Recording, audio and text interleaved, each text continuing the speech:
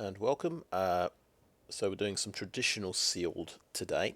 I think this is my 6th run at Dominaria United Sealed, and I've been trying to alternate between the two modes, best of 1, best of 3, just to try and get myself back into best of 3, because on Arena you can just really, it's quite easy to play a lot of best of 1. It's just kind of convenient, but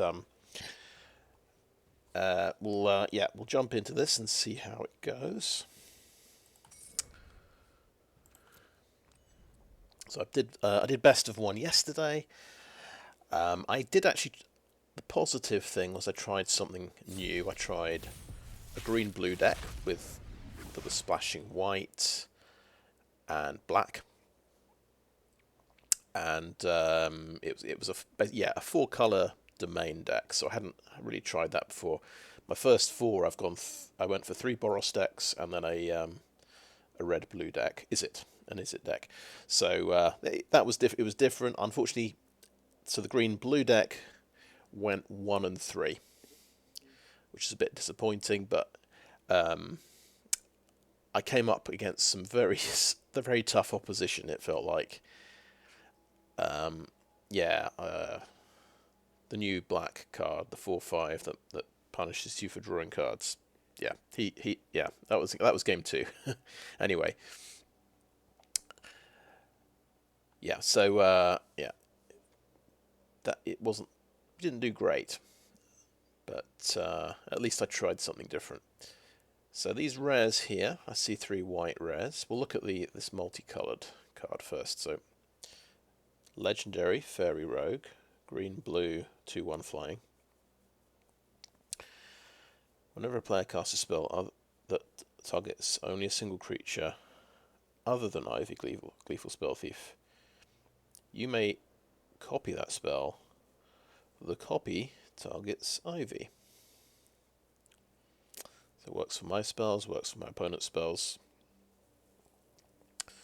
So it's quite good with combat tricks. How does it work with an enchant aura? Can it copy an aura?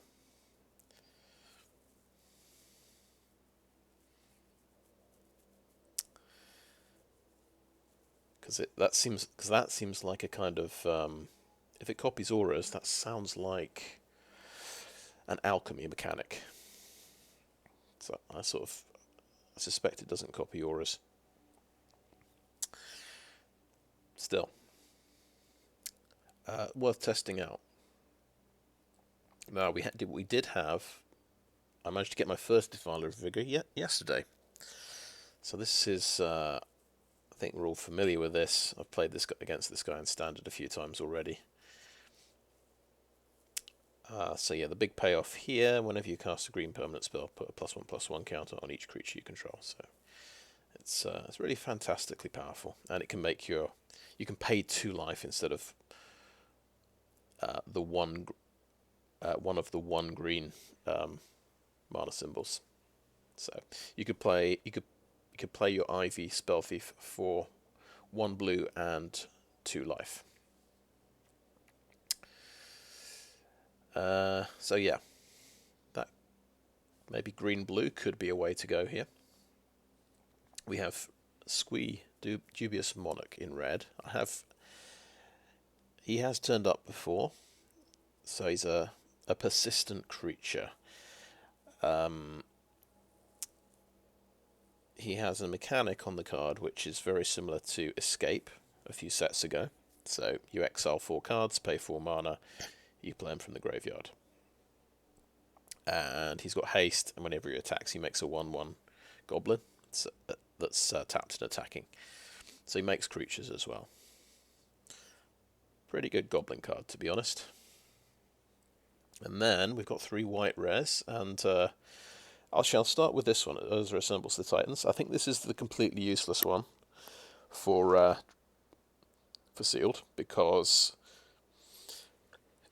all it does is it finds, I guess it does scry 4, but it's basically it's only giving you bonuses for your planeswalkers. So we can't use this one, unfortunately. We have Anointed Peacekeeper. I ran into one of these yesterday, so this is a little bit like the 3/1 fly Elite Spellbinder, basically. This is the new Elite Spellbinder. You look at the opponent's hand, choose a card name, and spells with that name cost 2 more to cast. Also, activated abilities of sources with the chosen name cost 2 more to activate, unless they're mana abilities. So, this is a pretty good card, and he's a 3/3 Vigilance for 3. He's also a cleric. There are a few sort of cleric keyword things in this set, I think, which we'll look out for. And then finally, we have Leyline Binding, which is another card you might have that I've certainly run into in standard, in the standard domain deck. So 1 white and 5 with flash. It costs 1 less according to your domain score. I mean, it costs so it potentially costs 5 less. You can play it for 1 white. When it enters the battlefield, exile target non-land permanent and opponent controls until it leaves the battlefield. So it says it costs 6 mana, but at most it's probably going to cost 5 mana. You're going to have at least 1 basic land type, probably 2. So in most decks, this is the max. It's max going to cost you 4 mana maximum.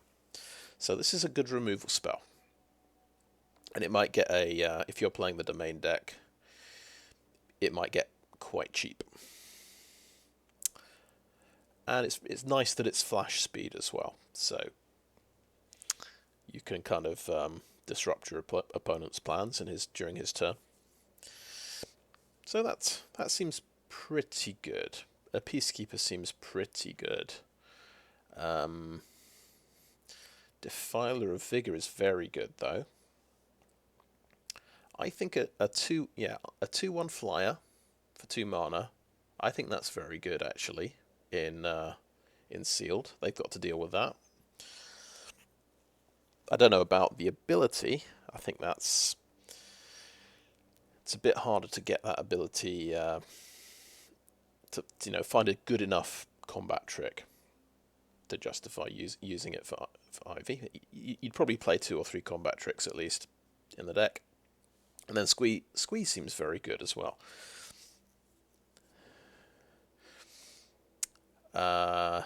Maybe these 2 white cards are really pretty good, but it's gonna come down to the commons and uncommons, I would say.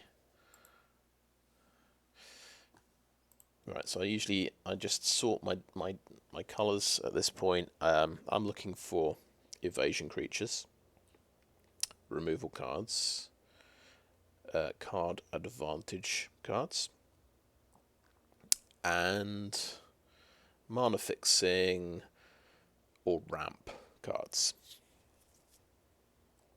So I usually just start with artifacts first, or colourless cards. So Crystal Grotto is a good bit of mana fixing, and it lets you scry for 1. It's kind of one of these. It's one of these mana fixing things that taxes you. So it does cost. You've got to tap your Grotto and 1 mana to get 1 mana of any colour. I'm kind of okay with that. A lot of people don't use these kinds of things, but I guess in sealed, it's fine, I think. I like the Librarian. It scries for 2, helps you fix your mana. Just seems a solid fixing card. Fixing the top of your deck, basically. And then we've got Walking Bulwark, which is the defender that can make your other defenders attack. What I usually do is do it when I'm looking at my artifacts. I do a search for defender, and we'll just. It's not giving you card advantage, but it's kind of a useful utility on this guy.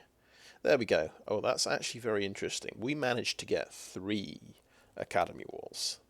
I think this is one of the best. This might be the best defender.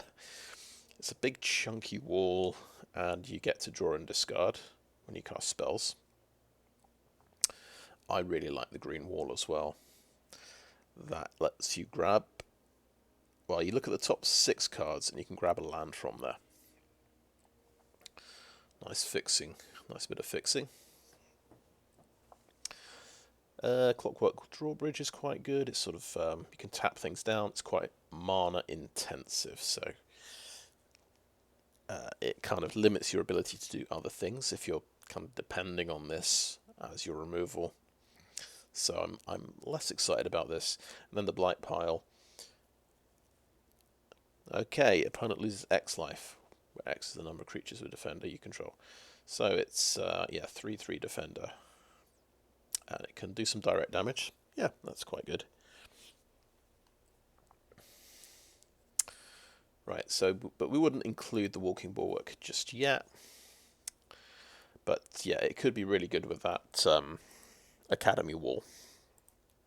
We'll look at just white on its own. I think we'll include the Drawbridge. That's as removal. Artillery Blast as well as removal. Right, Vigilance and Enlist, so not too bothered about that. Banalish Sleeper. That's good. It forces a sacrifice. It's not the best kind of removal, but it is attached to a creature, so that makes it quite good. Destroy Evils, a removal spell. We skip this one. I think, yeah, the Peacekeeper, I suppose it gives us tempo. I guess that's another thing to think about is tempo. This slows down my opponent, so that's quite good. That makes a creature, so that's good. That's got flying. Yeah, this is... I lost about 8 or 10 health to one of these yesterday. That's the power of a cheap flyer. Stall for Time is a decent tempo card, and it's a cantrip as well.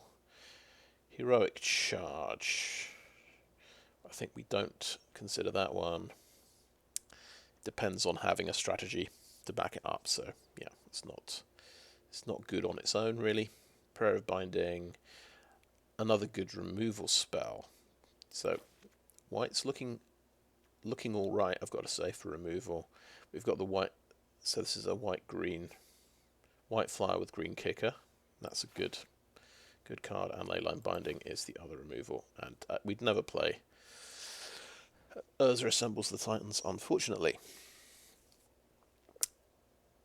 Even if you had a couple of Planeswalkers, it would be questionable. Onto blue.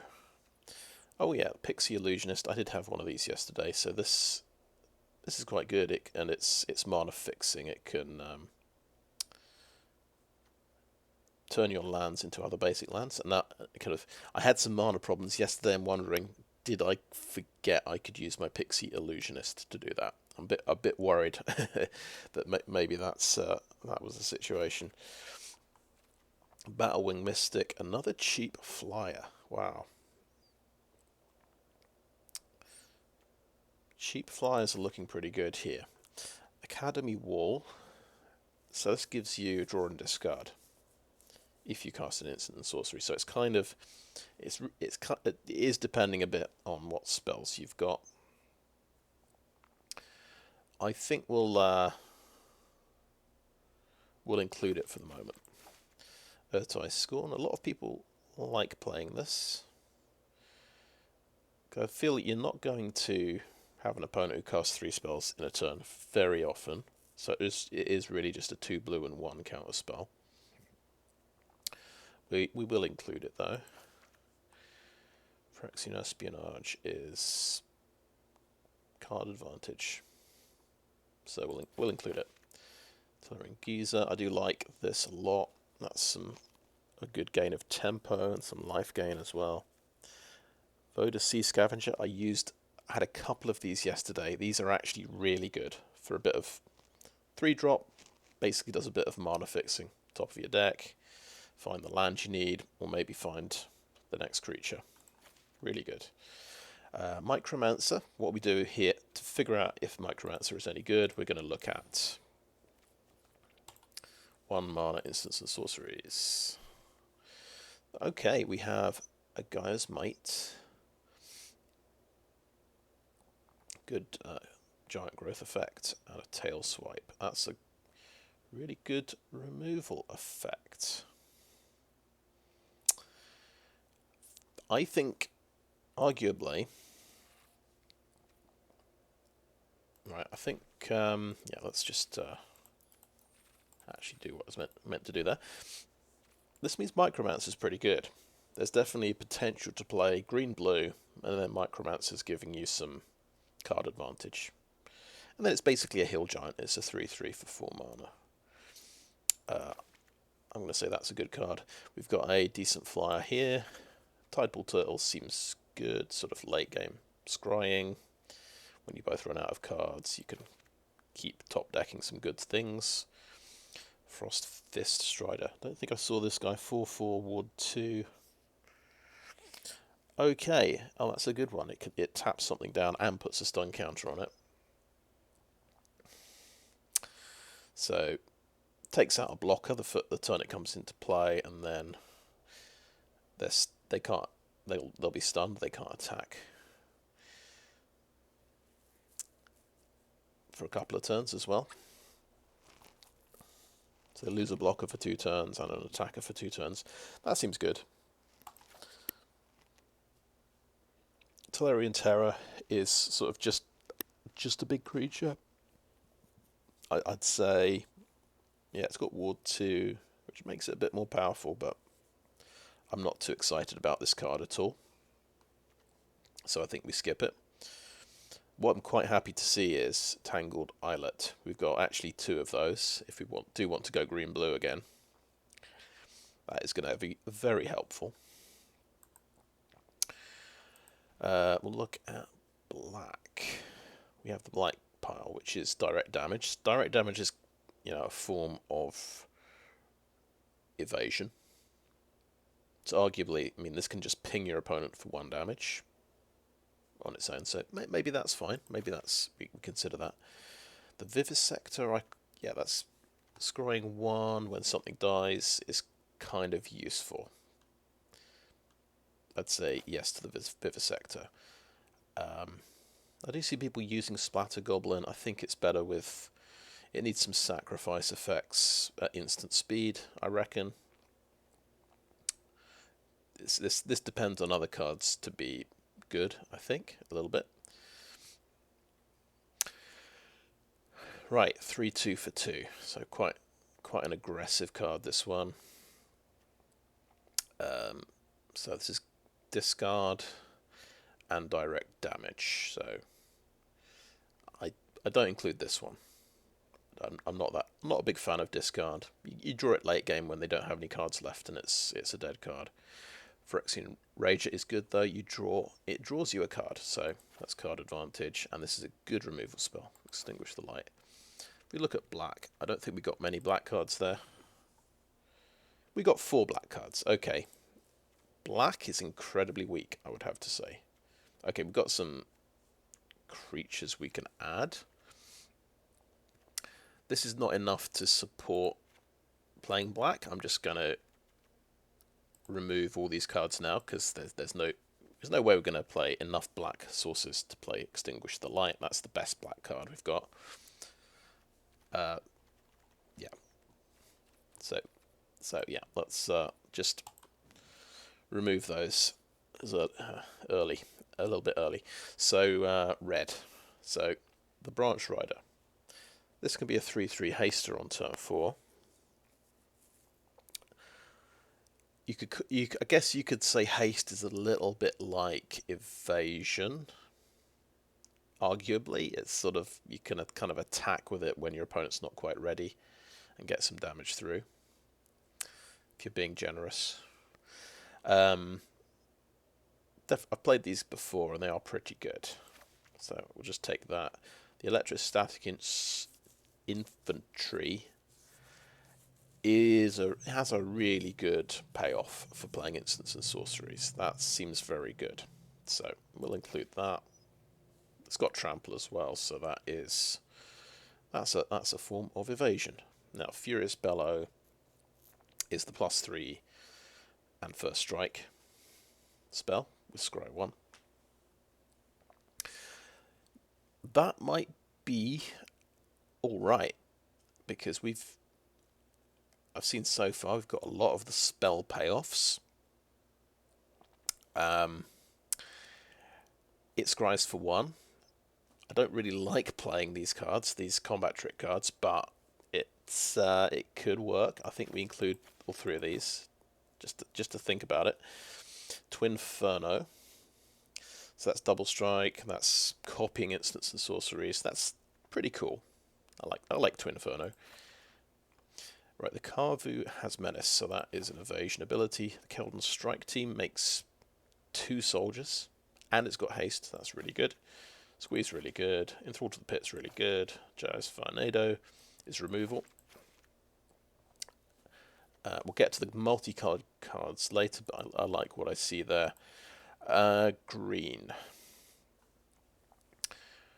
I think we are thinking this might be a spells deck with instants and sorceries, so I think Gaia's might be relevant. Tail Swipe is definitely fantastic. That's a nice removal spell, as is Bite Down. So far, green's looking great. Defiler of Vigor, it only triggers off green permanents, though. I should note. But Vinewall, it's great mana fixing. This guy has evasion. This has got trample, so that's good. I always include reach creatures, because stopping the enemy flyers is very important. So Snarespinner's good. Bog Badger gives menace, but we're probably not splashing black. But you know, we have a Haunted Mire. We might be able to have a few black sources, and a 3/3 for 3 is pretty decent. So we'll include Bog Badger. Broken Wings.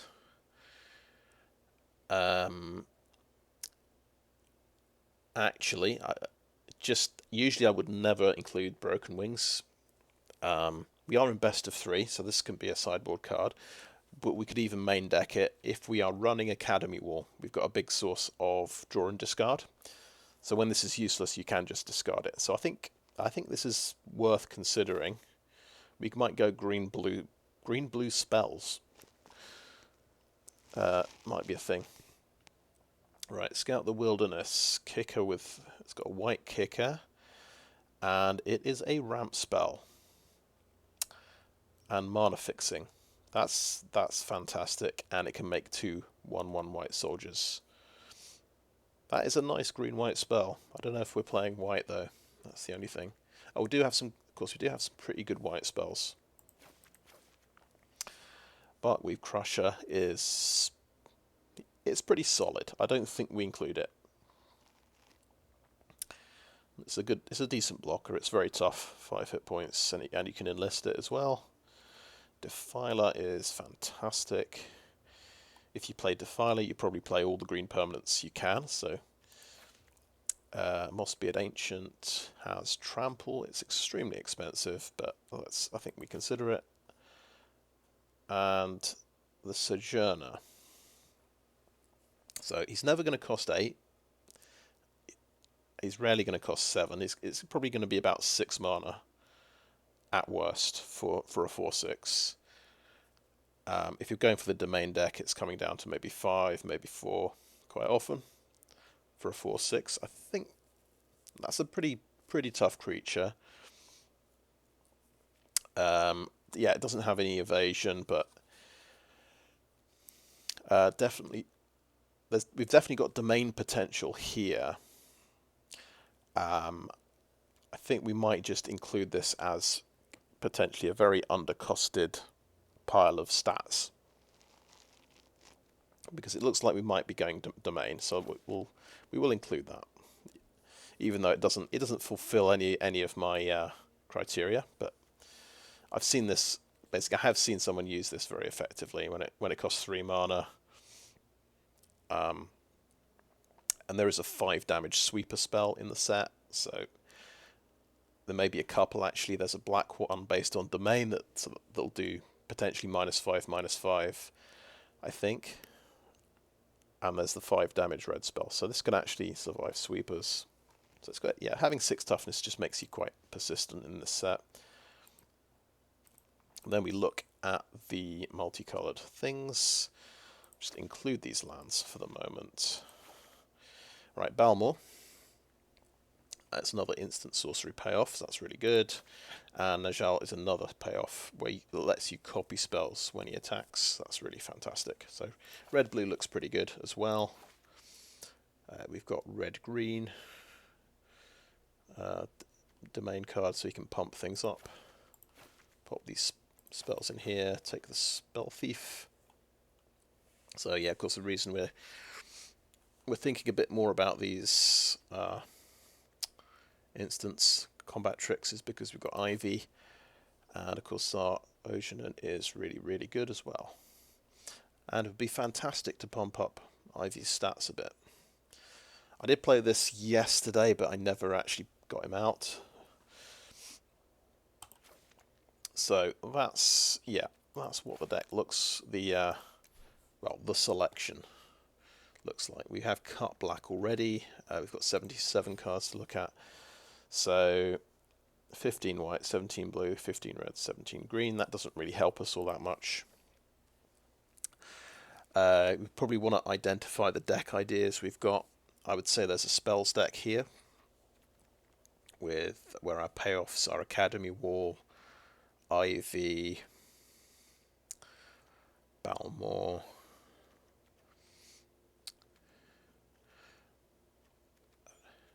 Najal.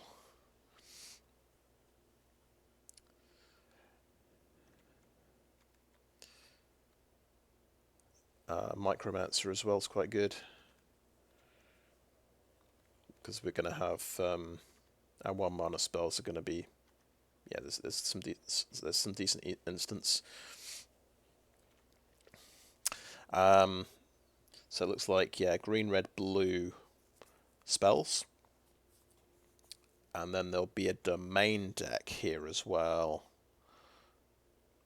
The 2 decks obviously can overlap.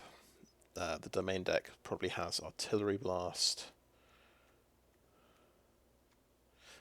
Of course, Electrostatic Infantry is a great spells payoff.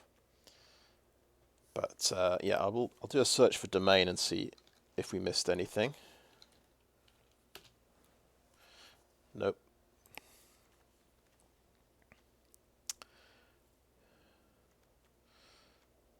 Right, so the Brawler has domain.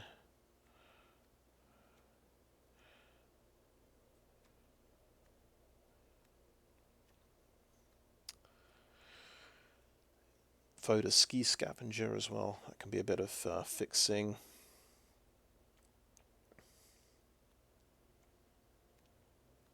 I suppose with domain you need things like Scout the Wilderness to mana fix, as well as the Vinewall. So that's a really good sign for domain.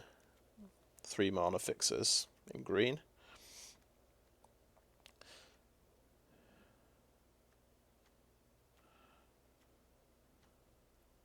We've got Radha to pump things up.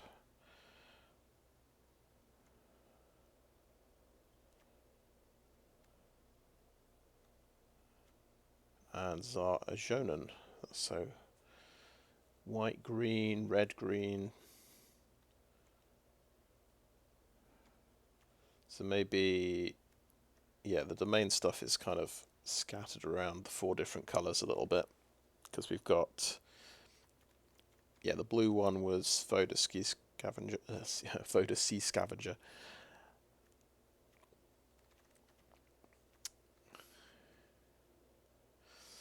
So there's a bit of domain there.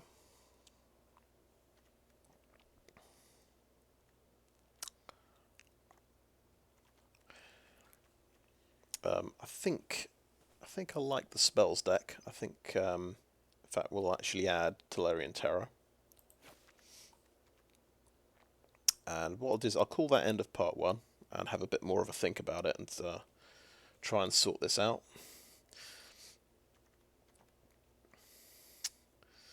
But yeah, that's quite a good selection of tap lands as well. So we might go for the domain plan, but also we might see if we can do domain and spells.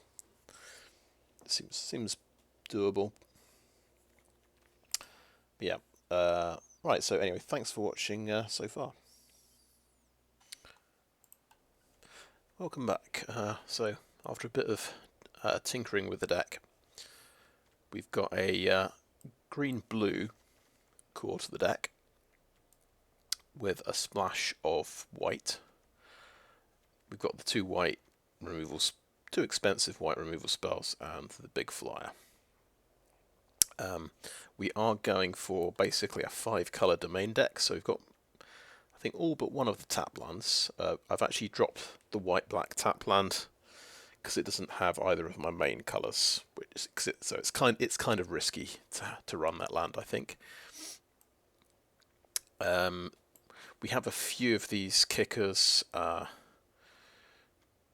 within our off colours, so Battlewing Mystic is the only red thing we need to do in the deck. The Geyser, yeah, that needs white. Bog Badger needs black. And yeah, Acolyte needs green, so that's pretty easy. So I think we're playing it a little bit safe. So we're not. We should be able to cast our.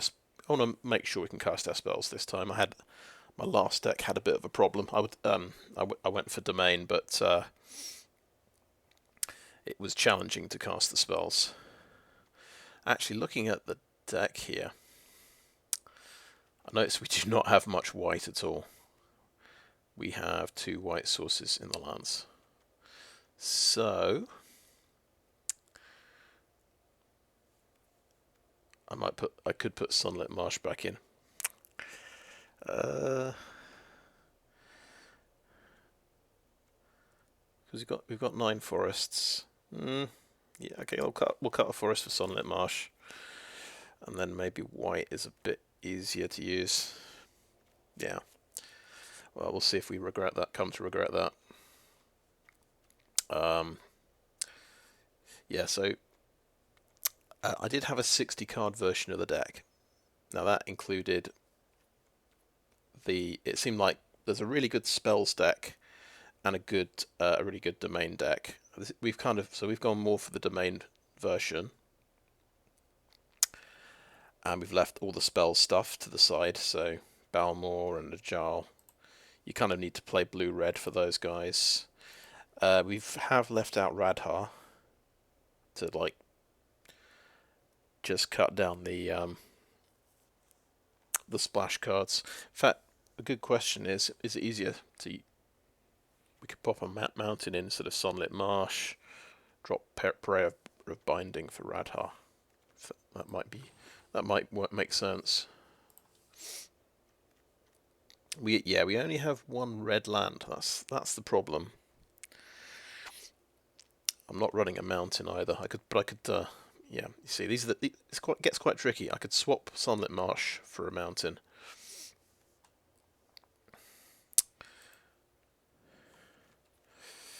The mana fixing I've got is I've got the Vinewall, I've got Pixie Illusionist.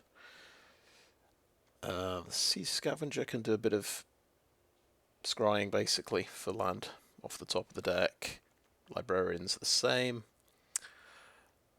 And then we've got Scout the Wilderness to find. We've got 2 of those to find basic lands. That seems like a really good common, by the way. You get if you can kick it, you get 2 1/1 soldiers. We've had to make some tough decisions. I've cut out the big green creatures, Mossbeard Ancient and Yavimaya Sojourner. So it's best of 3, so I think those can come in against red decks. they're just very difficult for red decks to kill. We've got things like Broken Wings to come in against flyers and against enchantment-based removal as well. That would be quite good.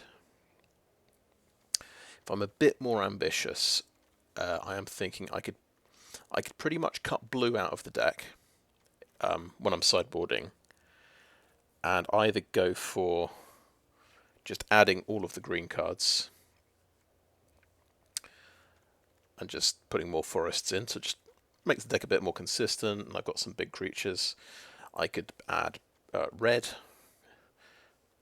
so I've got some more burn spells, or I could add white. That would give me access to... It would make sense then to play the Artillery Blasts and Destroy Evil and stall for time, so that could give me quite a hefty set of removal tools. So I'd be thinking about dropping 3 islands for 3 planes, but then in that case, still only 5 white sources. It's just I've been lucky with these tap lands that they've supported green and blue really well. 3 green ones and I guess 4 blue ones.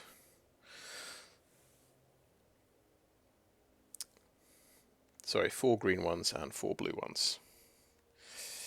Yeah, so yeah, we've just looking at the deck, I'm kind of worried now I won't be able to cast Prayer of Binding, and maybe I should play the Radha. Or maybe just Mossbeard Ancient might be a good option at the top of the... Yeah, maybe that kind of makes sense.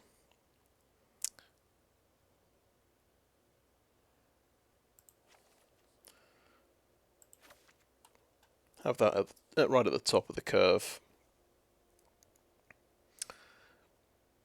Could be good. Could be good. Right.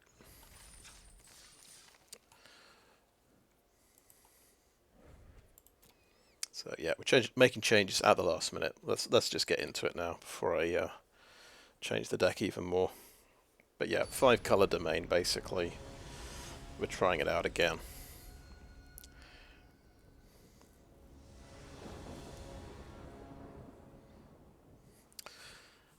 That is nice. I'll choose to play first. We actually have all our 3 main colors and one of our other colors. So we've opened with Mossbeard Ancient, and we have a 2-drop, so we'll play a tap land on turn 1. But yeah, we've got some couple of expensive things. And we do have a removal spell as well, which might not be so good. This is one thing that I'm a bit worried about. The Tail Swipe is cheap, but I don't have very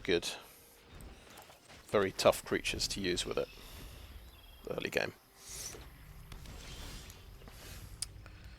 Right, we need blue.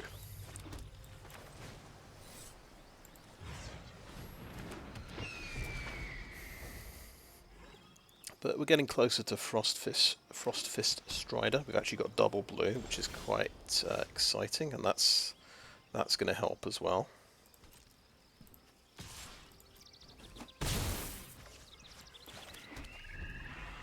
And that could be that could be the creature that ends up using Tail Swipe.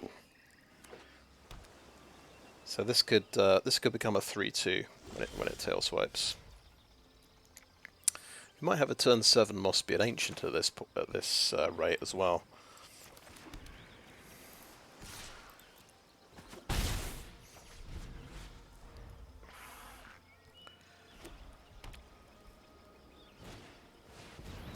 Right, so he's got a decent creature there. The good Death Trigger.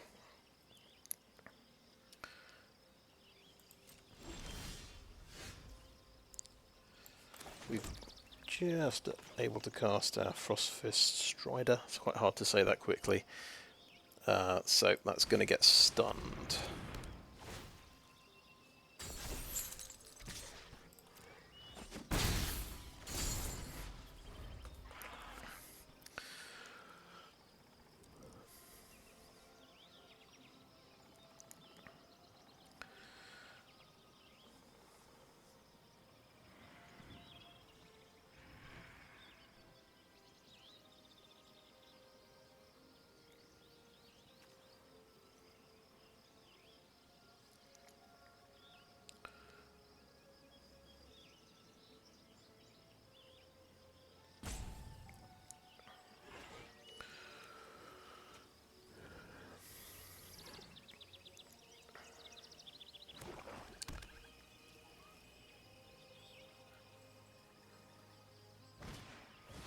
Another one.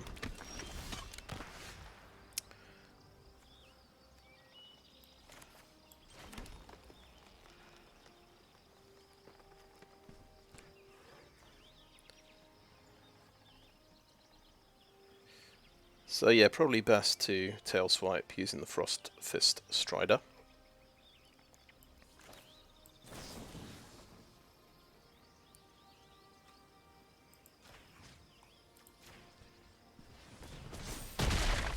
Then we can swing for 7.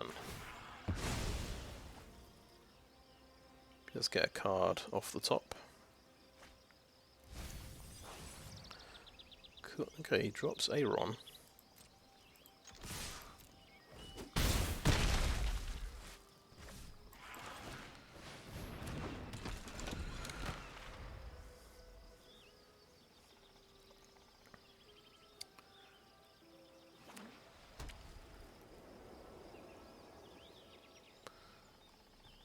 Just thinking, what would I sideboard against this deck? We haven't seen his removal yet. But we've got 3 toughness, 2 toughness creatures. Okay. It's getting blown up.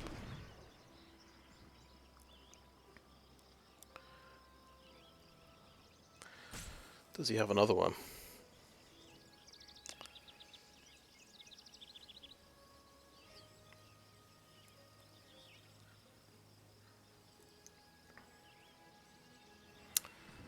Yeah, Ward does some pretty good tempo work there. That's 4 of his mana used up.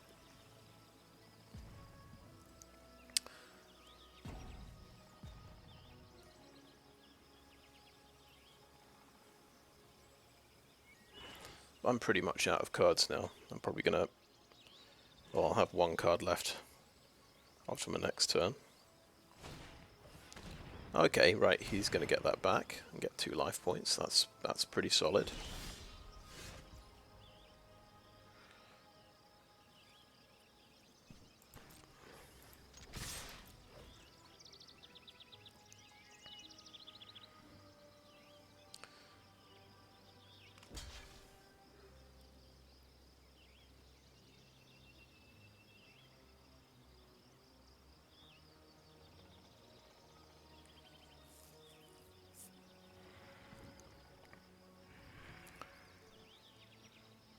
If he has a 1 mana spell now, I'll be very impressed.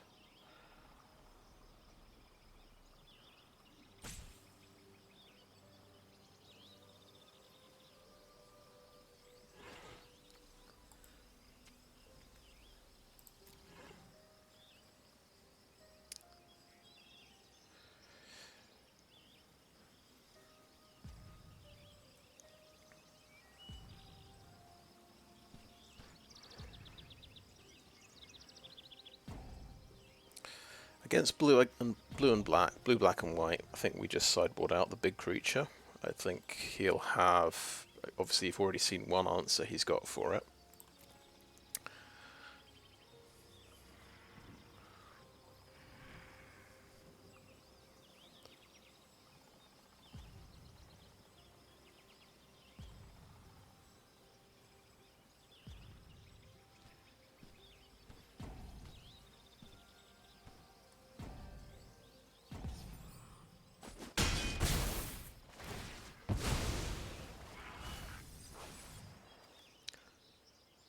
Okay, we could have a big trampler, or we could make a couple of 1/1s and get another land.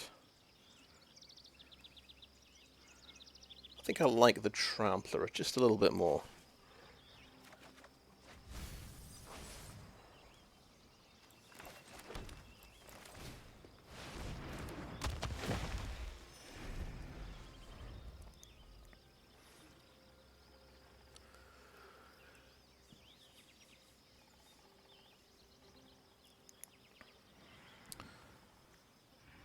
That's 6 cards in his hand.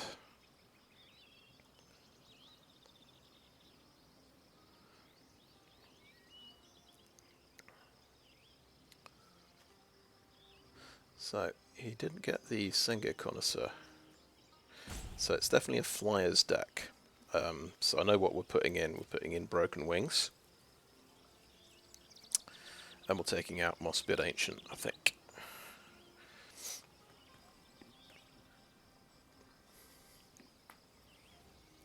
And I'll just have to keep my flyers in the deck, because they're also removal spells against his flyers.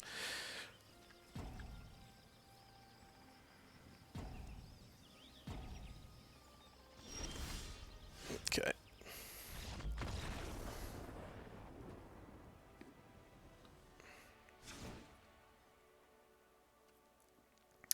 Right, what did I just say? We're dropping Mossbeard Ancient. We're putting Broken Wings in the deck.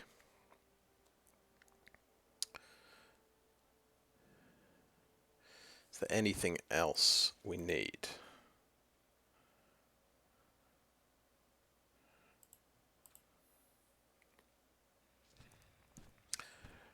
I would say that that is absolutely fine.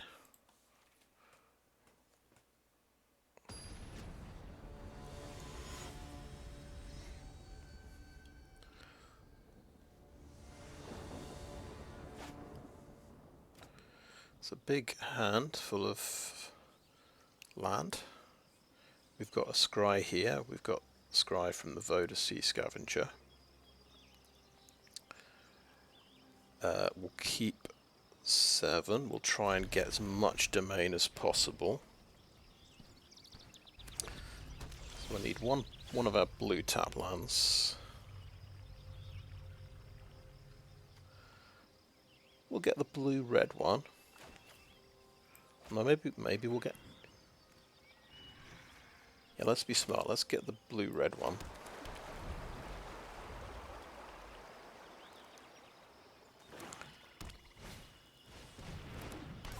The black-white one goes quite well, but we do have Ivy, which changes our plans. So, yeah, we play the forest and then we play Ivy.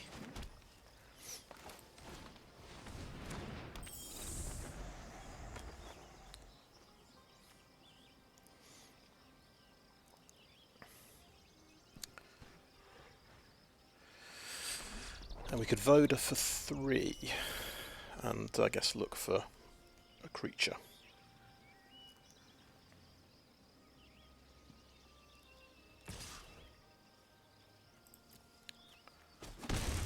Okay.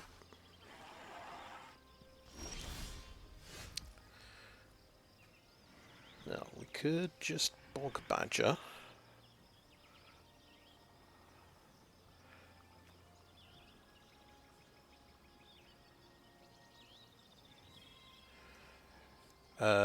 And use Crystal Grotto to scry. That might be, yeah, that might be pretty cool. Let's try that. We don't need that land. Good, glad I did that. So, swing in with Ivy. And she could tail swipe and kill this mana worker, who's going to be doing a bit of mana fixing for this guy. But I think because I can build up the board, that's what I should do. Can't spell, no. Reinforcements, okay. Couple of 1/1s.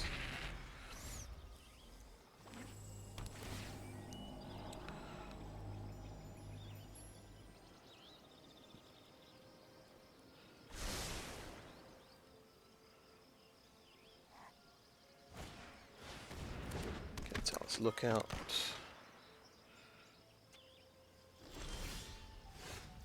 We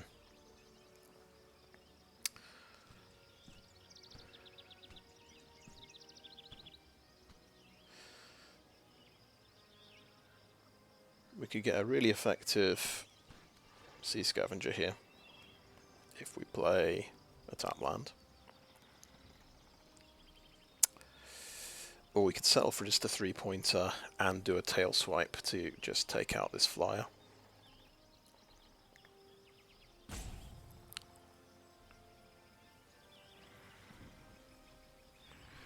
He's going to be on 1 health when he does this.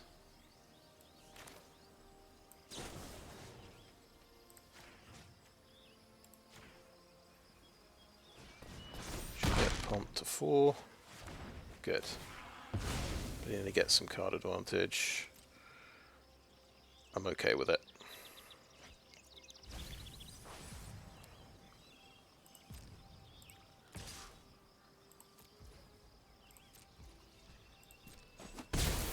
And would play our untapped land. Play the Scavenger for 3.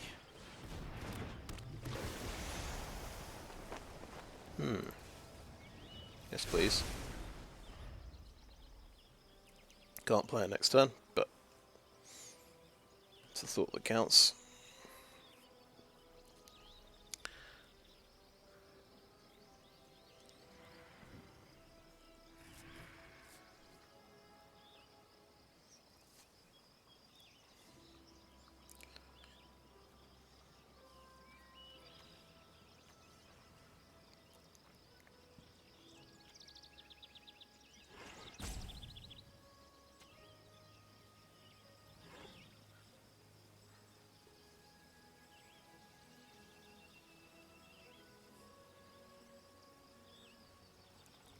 And we do have double green as well, so that's good.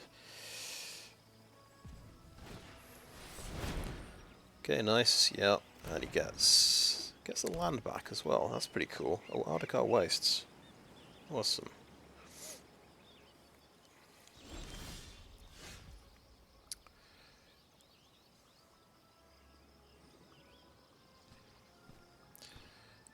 So we'll swing in with everything.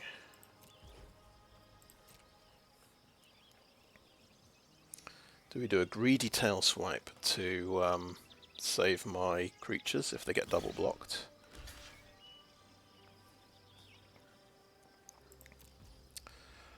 I'm going to say no, I think I'm okay with that.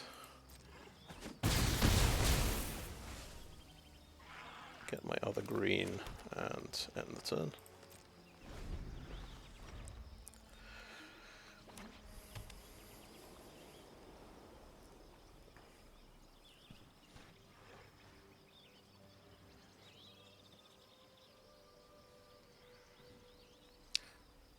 We'll watch out for spells that he's casting on his own guys as well. Mustn't forget that I can copy them. And I've got to remember you got a half-hour timer at this game. So, okay, there's the Talas Lookout.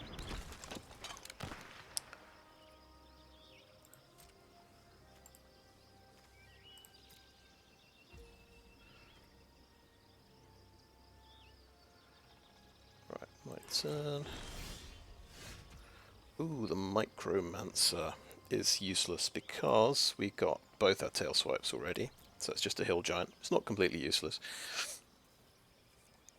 Are we going to tail swipe that again with Bog Badger? Or are we going to play Defiler of Vigor?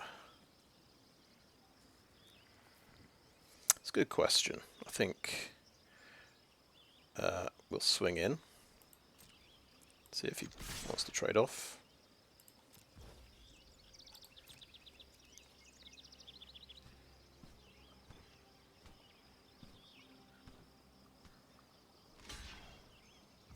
Cool, okay, he's trading like that, that's fine.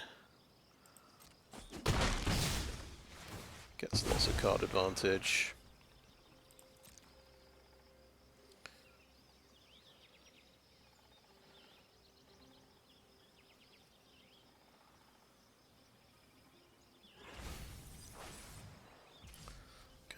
A goblin gets discarded. So it'll be a Sunlit Marsh and Defiler of Vigor, and it's really just going to be a 6/6 trample for me. We'll see if he counterspells it, of course. He does have counterspell mana up.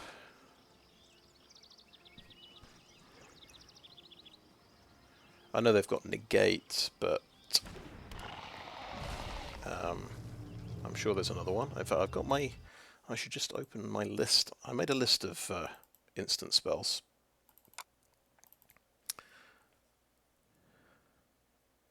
Essence Scatter, that's the one. They do have that in this set. There's also Rona's Vortex. Okay, Destroy Evil is the copy targets Ivy. I'll decline that. So yeah, you got my big dude.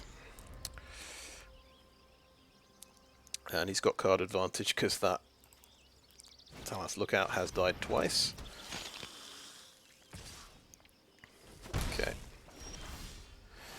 He does have blue mana up. He might have the thing that gives this hexproof. That would be annoying.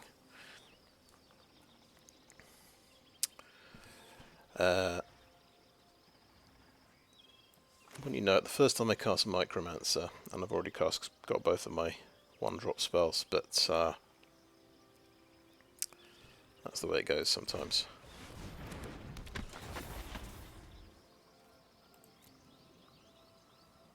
There's nothing left. Oh well. Still, let's try and kill this. We'll just have to see if he's got it.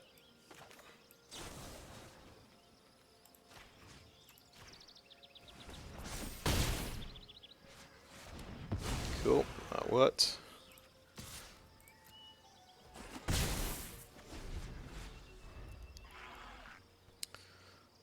I'm pretty hyped up for this Librarian actually.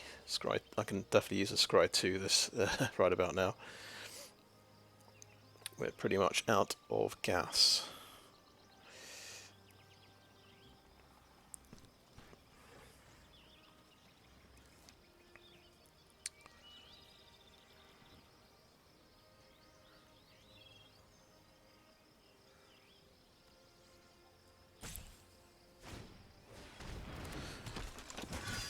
Okay, the Pump Knight, and he can pump it to 3/3. Opponents cannot gain life.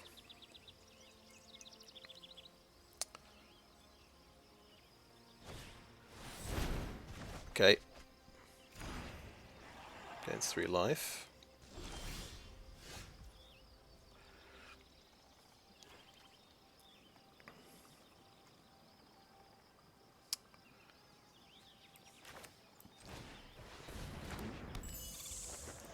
Librarian comes out. That looks like a good card. They'll definitely want that one. We'll swing in for 3, I think. Happy to trade with the Pump Knight.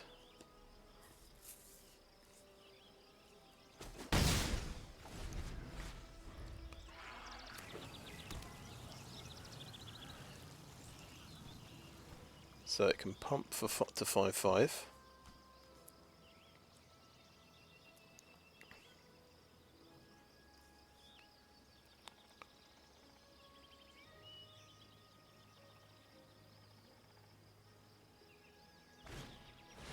Oh, yeah, this is a good card.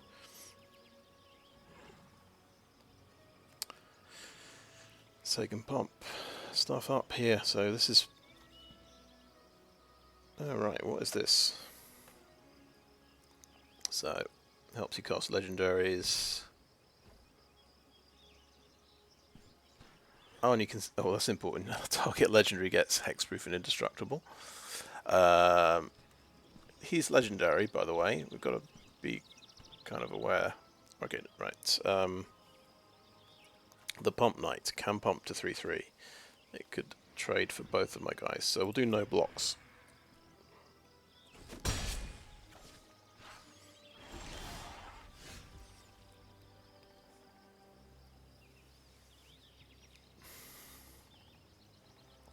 We haven't counted his domain here. 1 plains, 2, 3, 4. Okay, both of these are going to get pumped. Right, so that's pretty terrifying. I don't know if I can kill these guys quick enough with Ivy.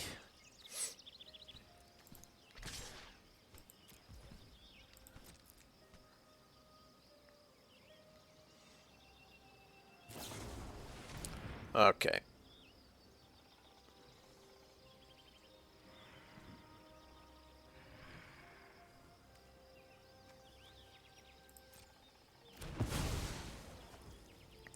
Well, we're definitely not going to do much with Ivy. So I think he's winning this one. Let's put it like that. And the Pump Knight can just get out of control. Well, that's going to get combat research. Okay. And he can...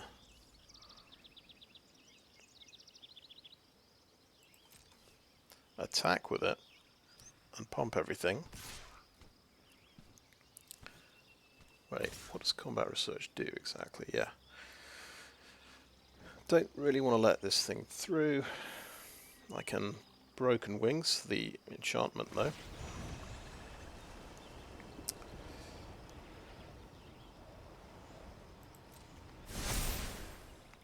Right, thing to remember here, he can do Plaza of Heroes to make this guy indestructible. Pump Knight can get... how much? I think it can only pump for 2 because he needs a mana to pump that. Yeah. And it's... yeah. So that's going to be a 5/5. Okay. 5/5, I think...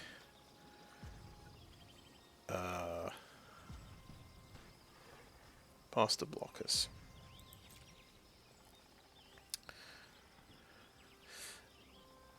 So yeah, this is gonna trade off for both of my guys here. But there's no way around it.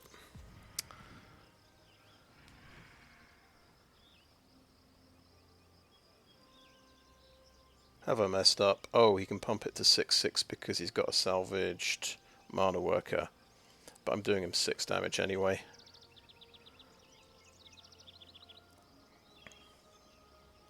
But he might have a... we'll see if he's got a spell going on here.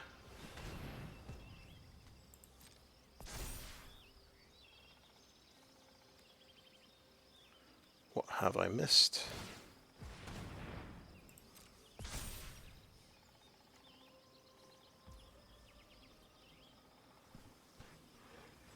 That's Broken Wings, the combat research. That's going to give him so much card advantage.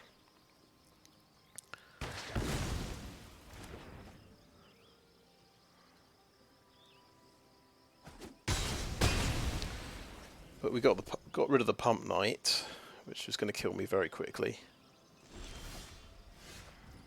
Well, that helps me a lot.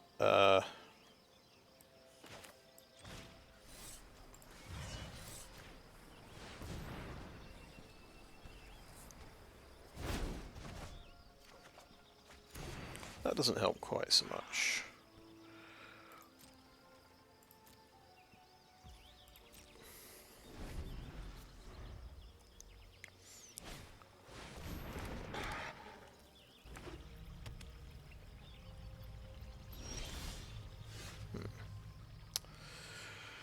Play a land.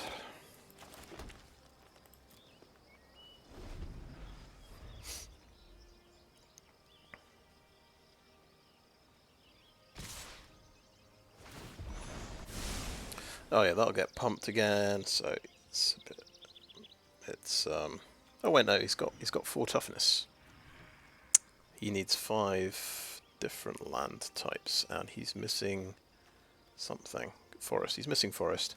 We'll block here and only take 4.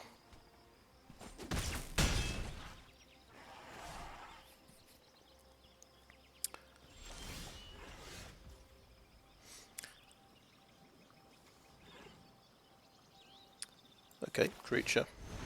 Got 5 power. He gets to sack this to keep his dude alive. That's the only problem.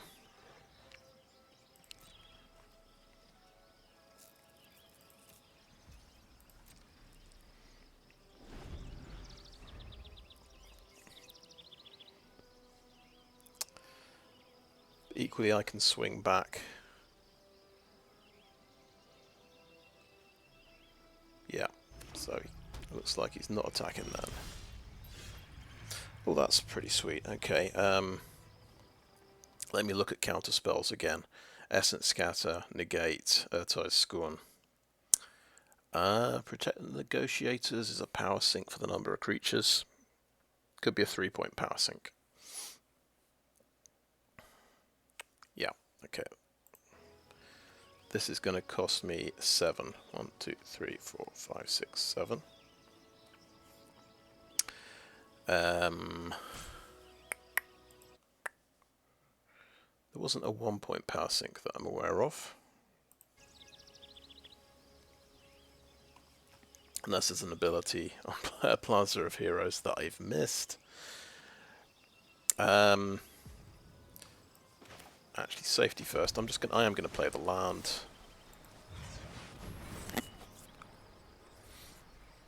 I probably could have held on to the land because I don't think there's a 1-point power sink in the set.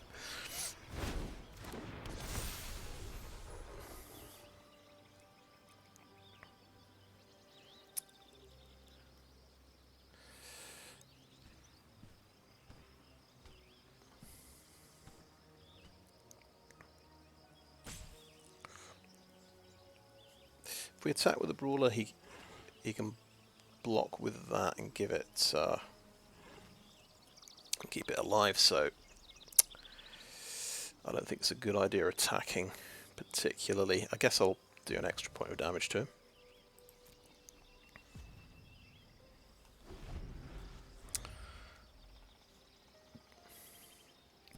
Right, does he have an answer?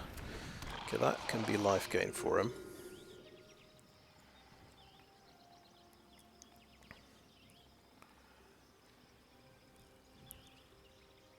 Is he attacking? No. Okay, I've got my own Tsar, which is pretty nice. I think we just swing with the flyer.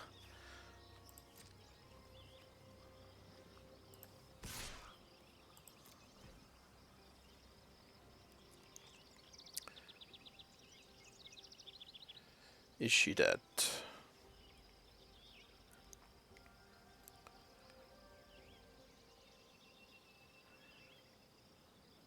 He's going to keep me in suspense a little bit.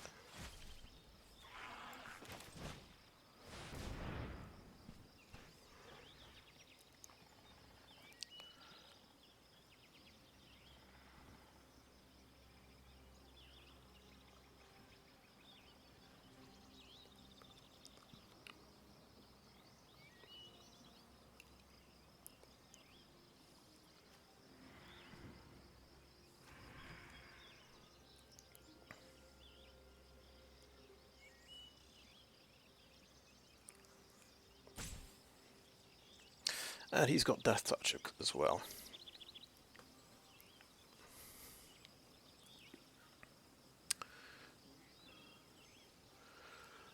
But if this guy does get to tap, he will should be able to pump up these two guys to 2/4 and 6/4.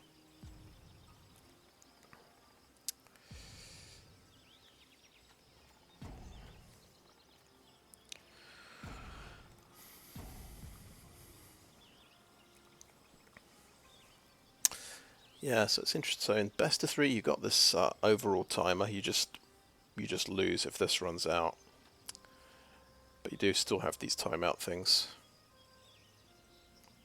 If those run out, you end up skipping your turn. I guess it's a kind of a courtesy in case you don't have to wait maybe half an hour at the start of a game.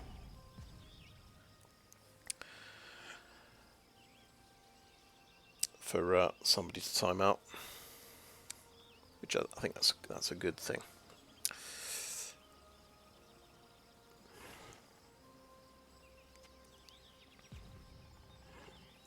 So we had similar decks here. I mean, it's not over yet.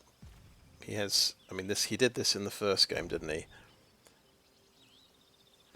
Oh, it does give you a nice little courtesy reminder. I would never notice that in my own timer when I'm under pressure, but yeah, he did some pretty cool things here. Talas Lookout, then bringing it back, having it die again, getting big card advantage.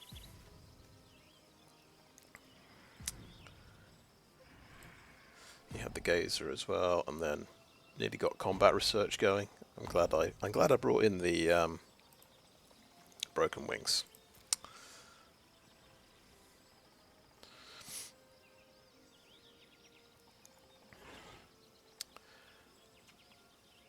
See if he waits till the last second and then does something.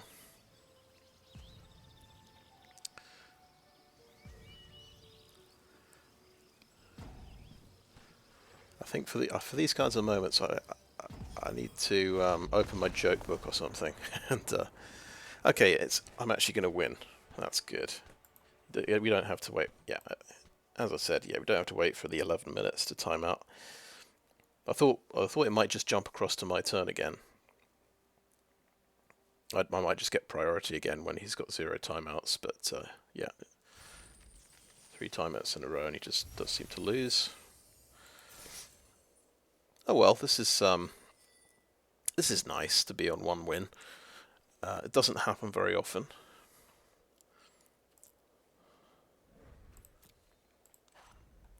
Now, what do we think? Do we keep Mossbeard Ancient in the main deck as our kind of top of the line creature?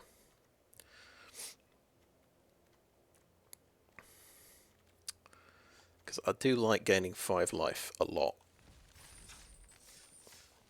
I think we keep it. It did something in game 1. It's a big creature where you're getting something out of it, even if it's just getting bounced back to your hand.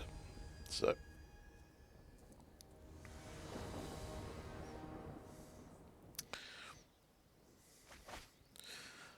I mean, that's another big load of land.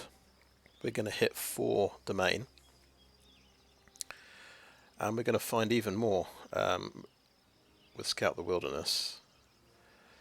It's not a good hand. There's no action. We have to top deck a creature at some point. This only gives us creatures on turn 5. I think, yeah, we're going to have to just top deck some action here. So, okay, that's action.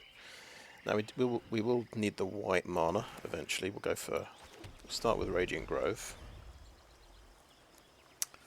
for this card. Will it turn? Oh, yeah, that's a quick start.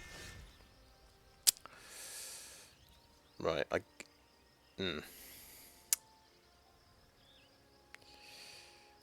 Interesting. Illusionist, Tailswipe, trade 2 for 1 to kill this before it gets out of control. Is a possibility, I'm just saying.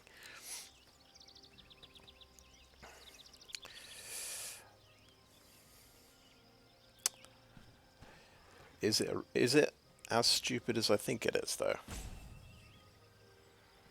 Do we wait and do this turn 4? This is my turn 4 play to get a 3/3 creature. And we play a bunch of tap lands until then.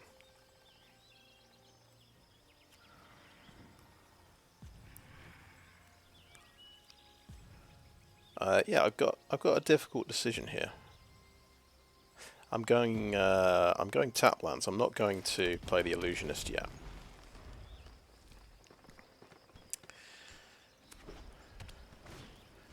And he's got King Darien.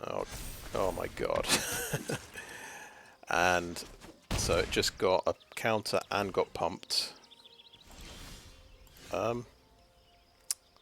So yeah, things aren't going great. Rare followed by rare. 2-drop rare, 3-drop rare. Pretty solid. Shall we continue playing tap lands? That gets us blue and black. We've got double green, haven't we? Maybe we want more green. I think we want more green. We'll go for tapped bit of green there. And how this works. Okay, that's creature tokens get hexproof and indestructible, by the way.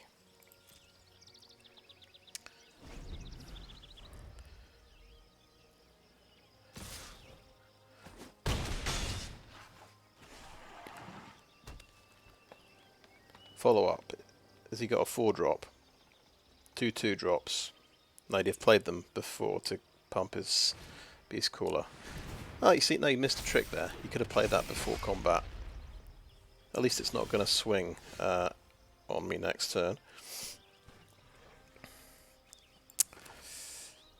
Yeah, so I get the slowest hand possible, pretty much, and he gets a 2-drop rare and a 3-drop rare.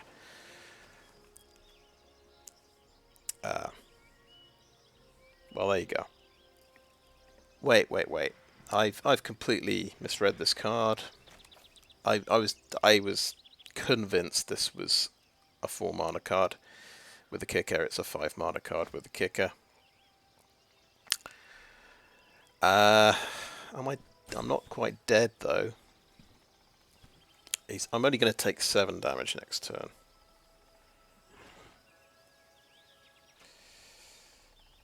I could play this in chump block. That's kind of looking. Okay.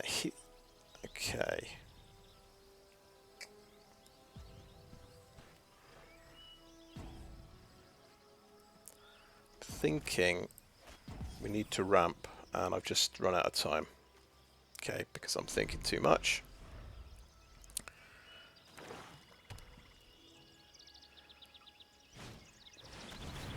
Warhorse, and that gets to 7, so he does me 9. Oh wait, is that just only when you cast a creature?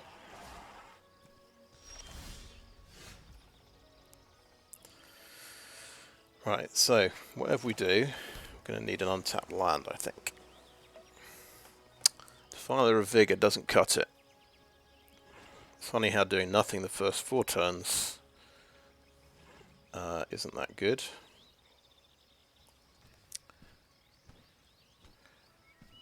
Snarespinner could block, or I could. No, we don't have enough blockers for everything. 2 damage is getting through. That is a fact of life, unfortunately.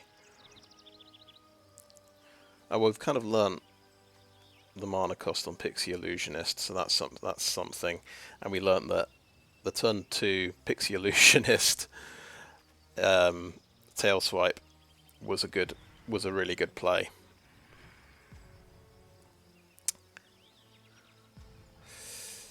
I'm going to scout the wilderness and get 2 chump blockers out. Got too many things that are good on turn 5. Get our planes. Good game. Is that my first spell? Yeah. Well, we didn't give up too much information about my deck. That's the positive thing here. Does this thing get trample as well? Okay, we'll block there and block there. Let's see how bad that is.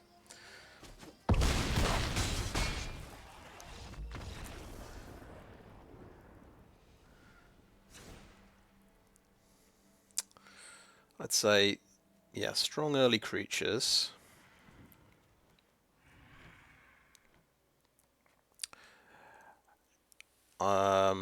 I'm thinking let's quickly switch to white with tokens and artillery blasts. It's completely insane, but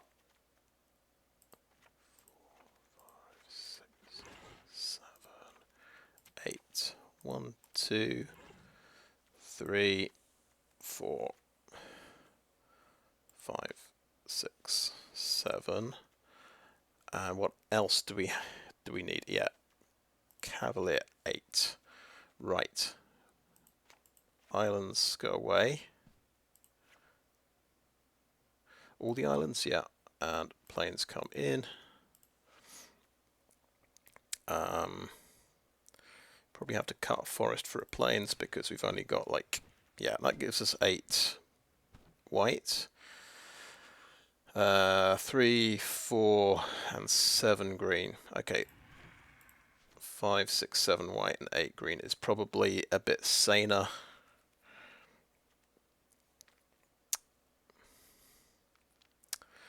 And how about an anointed peacekeeper? Instead of stall for time, I think another creature rounds things out nicely. There we go, a transformative bit of sideboarding. See if it works. So you can't do that 2-drop rare, 3-drop rare again, can he? That would be ridiculous. Okay, we'll have a 3-point artillery blast. Remember that only kills a tapped creature. Okay, yeah, let's keep this. Planes.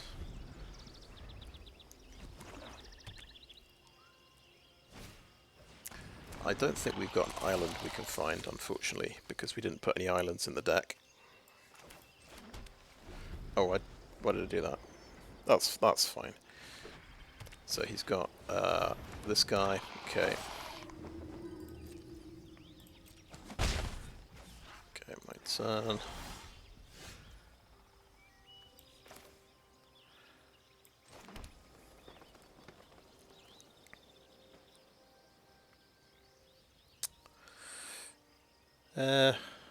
Do we Bog Badger to trade off with the Talas Lookout? Yes.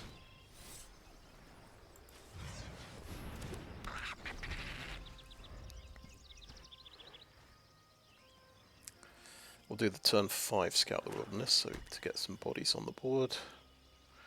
Let's see if he's got the removal spell. And we trade off here, that's fine. Okay, take up the shield shot.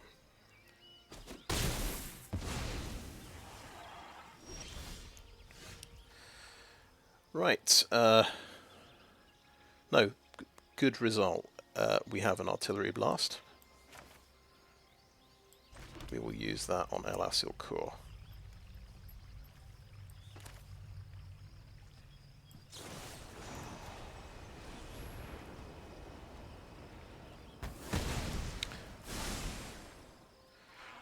And we've even hit blue mana, which is astounding.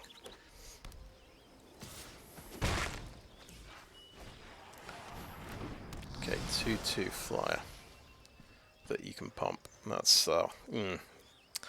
not a good thing to run into. So this guy only makes me gives me ground things.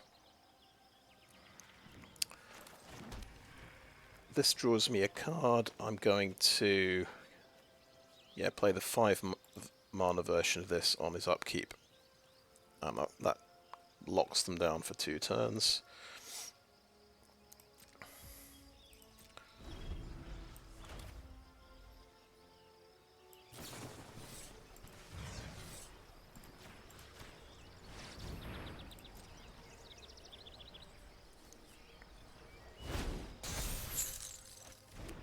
Oh, tail swipe, that's what we want to see.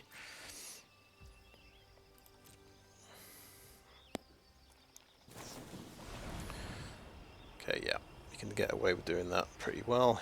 He gets 2 cards from a choice of 2. Yeah.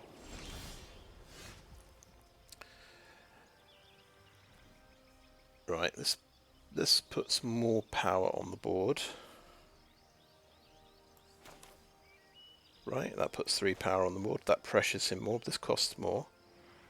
And it gets a land out of my deck. I think because this costs more, we'll do this now. Instead of having to fit it into a turn later.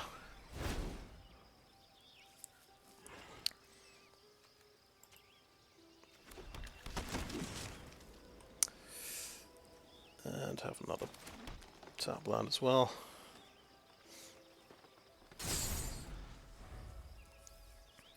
Just remember, this can now, okay, this can now pump to a lot.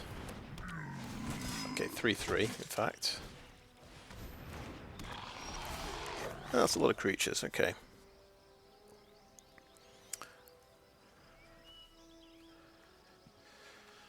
Right, definitely play the Cavalier now. Whilst he's tapped out. And tail swipe the Apparition.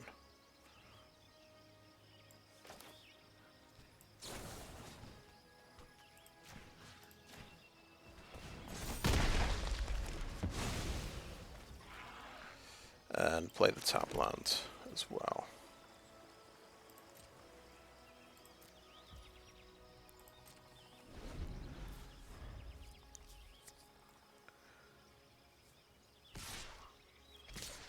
Yeah, Splatter Goblin will kill 2 things, I guess. That's a pretty good deal for him.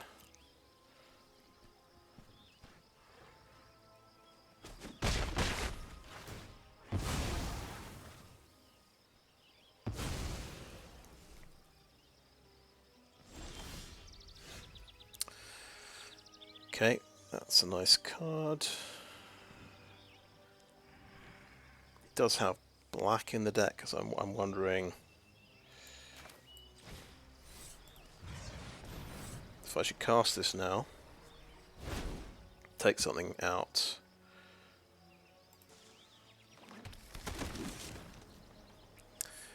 take out a Cavalier and start swinging in.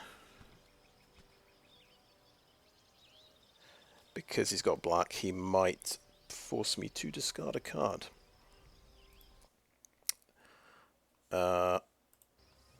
Or we just, yeah, I think maybe we just chill.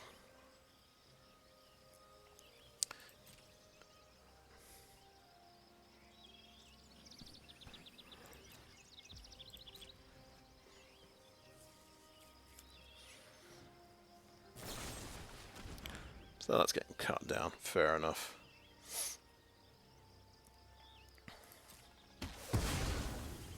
And I've got to remember this is flash speed. Yeah, silly me. There was absolutely no need to cast that right away, unless I wanted to start attacking. If he's got the sorcery speed hand removal, I just cast it at instant speed. And yes, I could stop a Battlefly Swarm if I wanted, but I don't want to do that.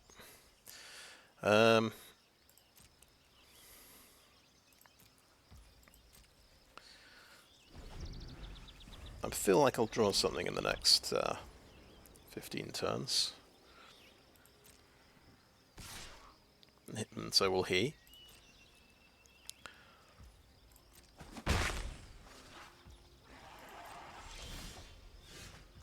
Okay. That'll do.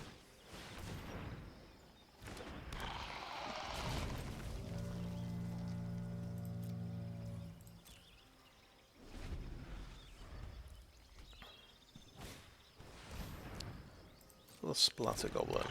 Okay.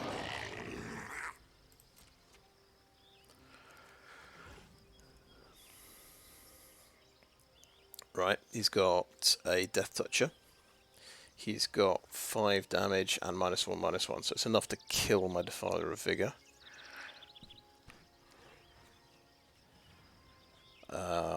won't reveal what I've got. I'll go to my turn. We kind of... Okay, Librarian's quite good.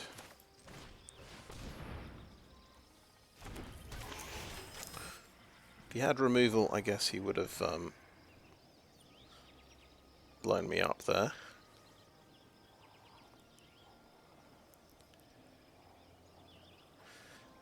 Yeah, Bite Down gives us a breakthrough here, I think.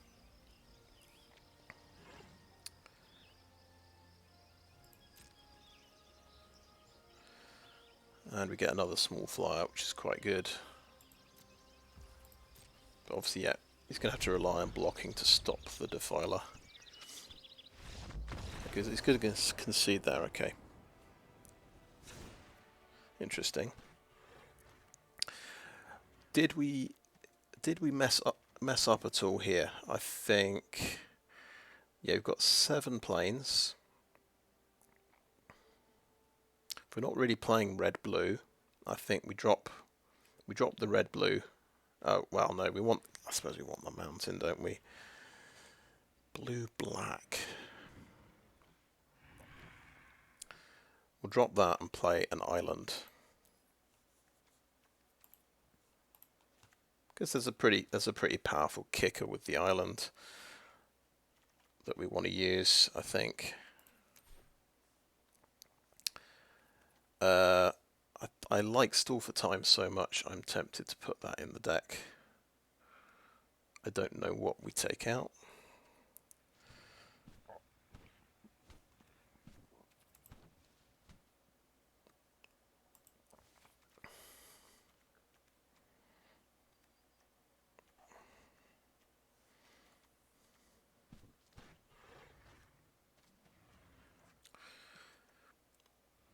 Arguably, okay, we take out Mossbeard Ancient. Because he's playing white and black, he's probably got a lot of removal.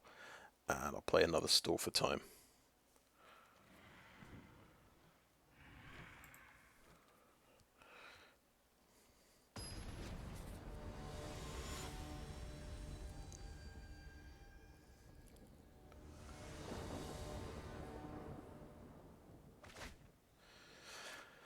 How do we feel here? Okay, we've got a white mana source. We've got Defiler of Vigor. We're kind of happy. We can do a turn 3 white creature.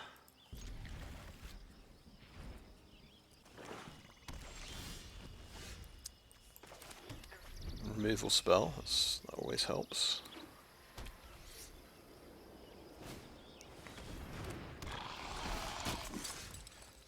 It's got to be another tap land, I think. Oh, look at that, Leyline Binding. Amazing.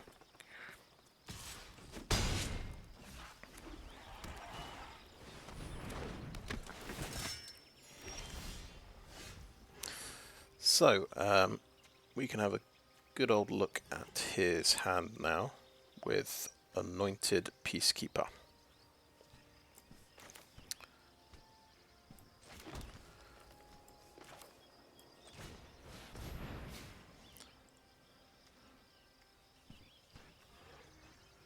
Captain's Call, we can make pretty expensive. That's a defender we're not that scared of. Yeah, Captain's Call will make really expensive. Oh, I've got to find it in here, of course. Right, done.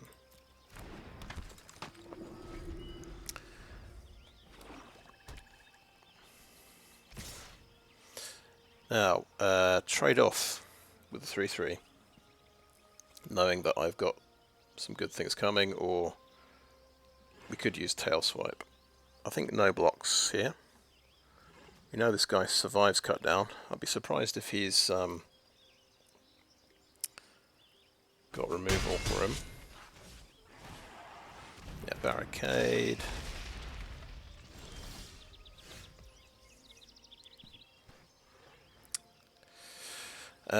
Now, only thing is, we've kind of got a choice here.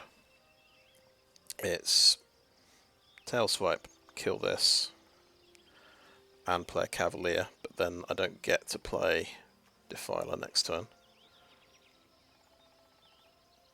If I play Cavalier, it gets cut down, I think. Or we could just Leyline Binding something and Tailswipe something else. That seems alright. I might come to regret it.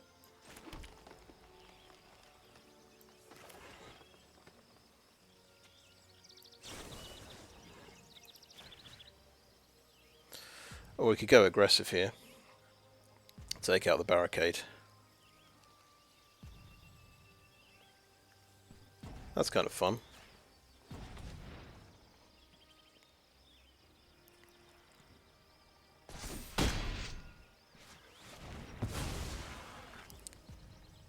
And we're binding the Cavalier.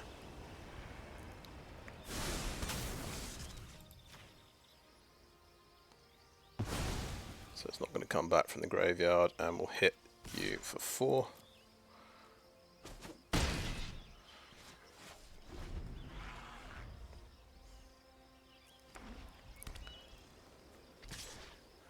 And we'll trade off like that, I think.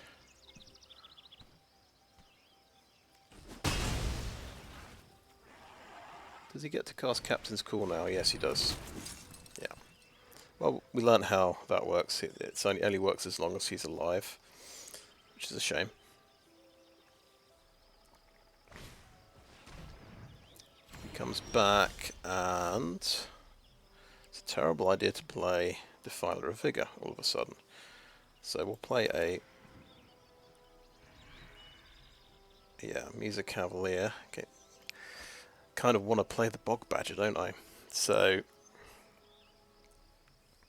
yeah, even though it gets the Defiler of Vigor bonus.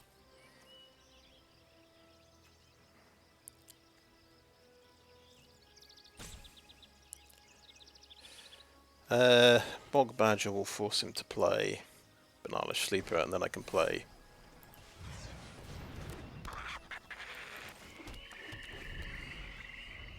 Defiler of Vigor.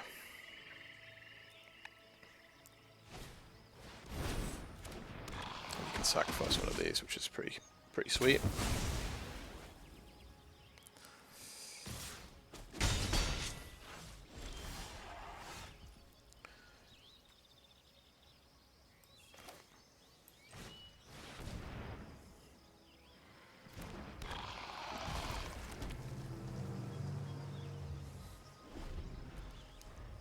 Did he top deck removal? He's got 1 unknown card. Ah, nice. Okay, it was another one. Yeah, so that's all over, I think. So yeah, if we just a little decision there, we knew we were relying on a few big creatures. I think Leyline Binding the sleeper, knowing he had Urbog Repossession. Then I'd have just had to deal with a Misa Cavalier coming back from the graveyard, which is just gaining him life. So anyway, at least we can trade off with a 3-1. Like, except it's getting cut down. At least we're gaining 2 life. We have to top deck next turn.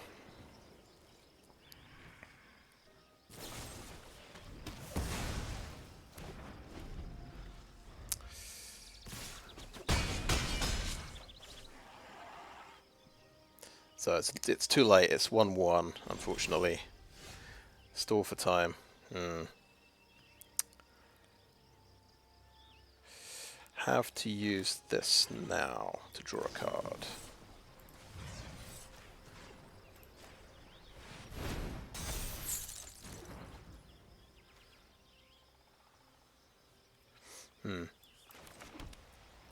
Don't think it works.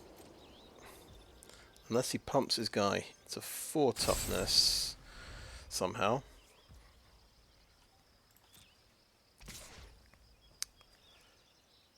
He's not an enchantment, is he?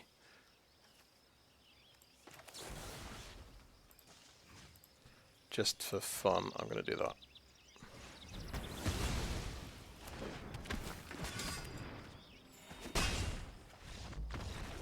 Okay. Did he have a transformative sideboard? Because he was playing green-white in the first game. And he went for the Orzhov tokens the next two games, which is quite interesting. So we both transformed.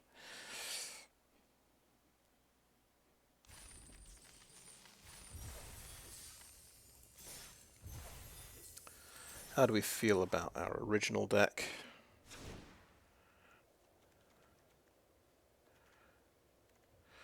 Okay, I think, yeah, let's carry on.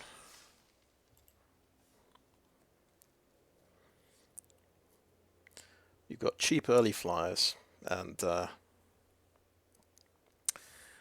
they always seem to be pretty effective.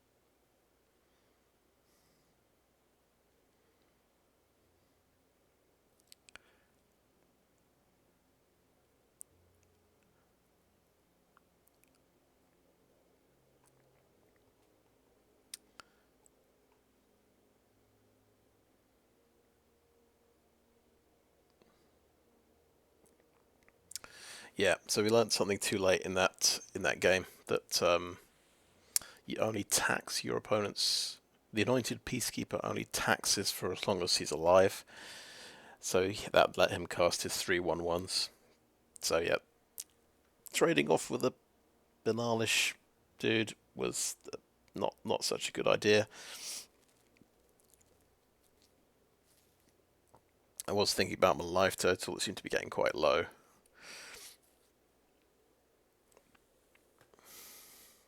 Oh yeah, that's the thing.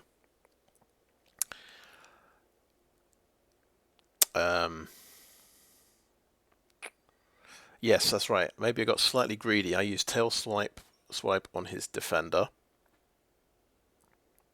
For some reason, I thought, oh, I can go aggressive here. It was completely unnecessary.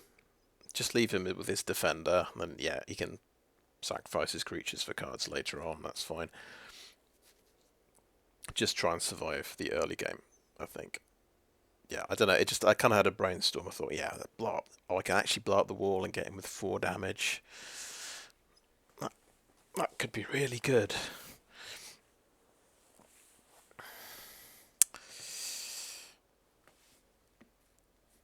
Right, let's have a look. I think this is, that says 3 minutes. Yeah, it does. You should get a matchup within 2 minutes.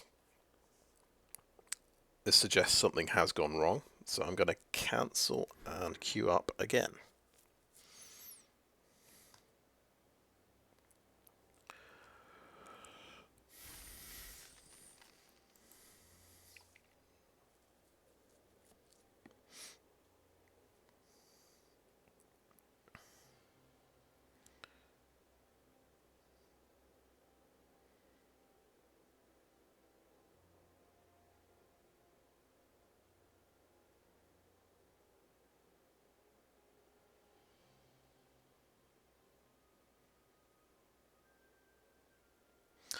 But yeah, imagine that. Just, having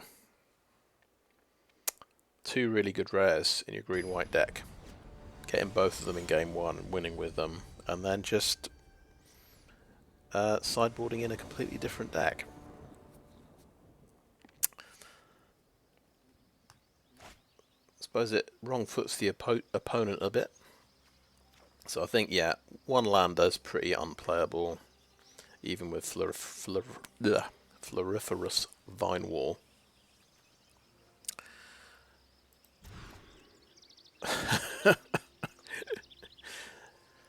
One lander number 2.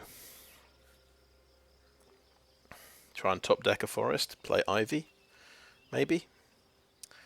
No, let's go down to 5. I don't go down to 5 too often. We actually get a turn 2 Ivy. We get a Tolarian Geyser.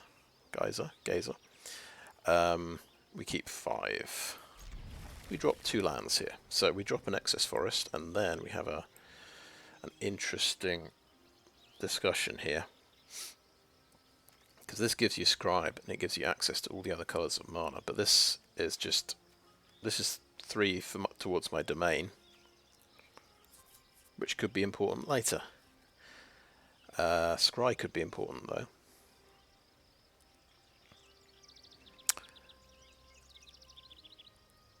You know what? I think I just dropped the Grotto on the bottom. Those are my 3 main colours. I'm pretty happy with that hand. Cool. We have top decked a land, so we'll be able to kick our Geyser on turn 4 and potentially bounce Ivy.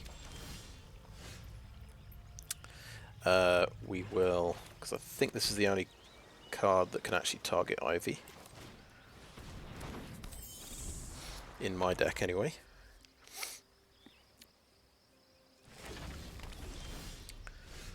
Okay, we've got our late game card. See if this Ivy survives. Yay.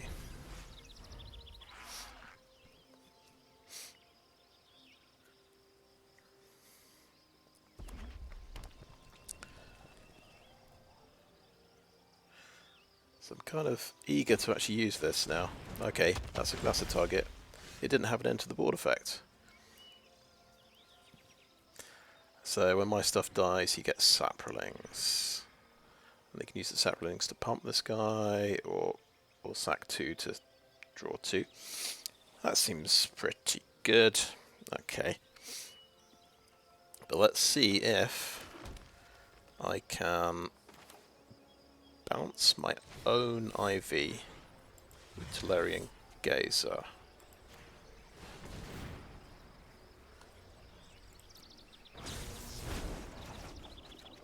Draw 2 cards, yeah? Gonna gain 6 life, yeah? Yeah. That was worth it. That was worth it.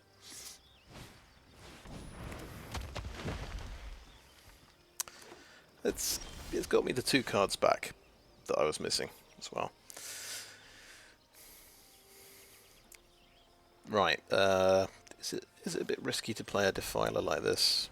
Yeah, probably. He'd have probably blown up Ivy with his removal. He might have Destroy Evil or something.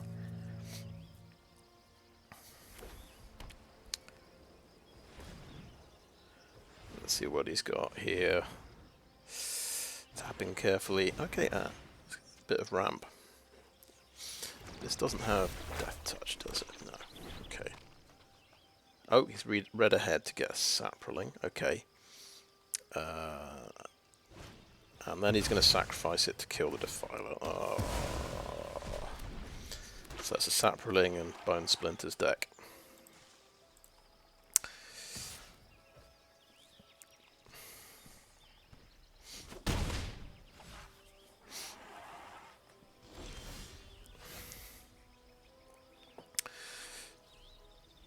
Right, we can scout the wilderness and get a couple of dudes in play. Or we can Ivy and Librarian. We'll have to... This will let us play Mossbeard Ancient next turn.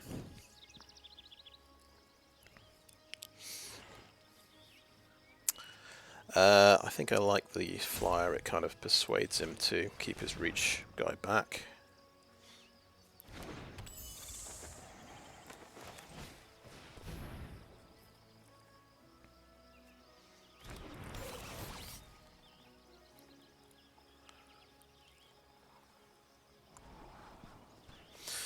Okay, we don't need any more lands. We'll just drop the Vinewall down here.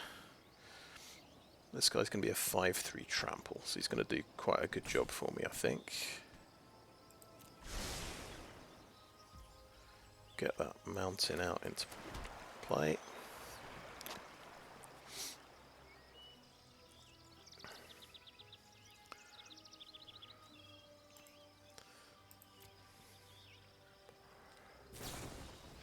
Okay.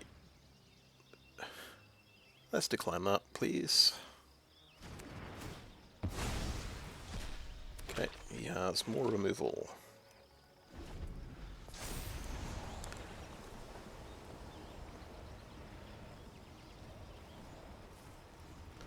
Oh, right, yes, and then he gets to hit me with a ton of damage.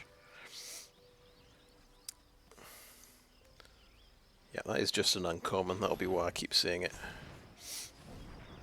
And something else is happening.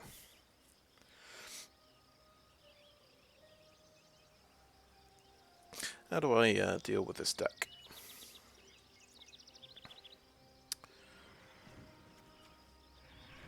Because he's got a pretty strong reach creature here. Maybe my small flyers are not going to be effective.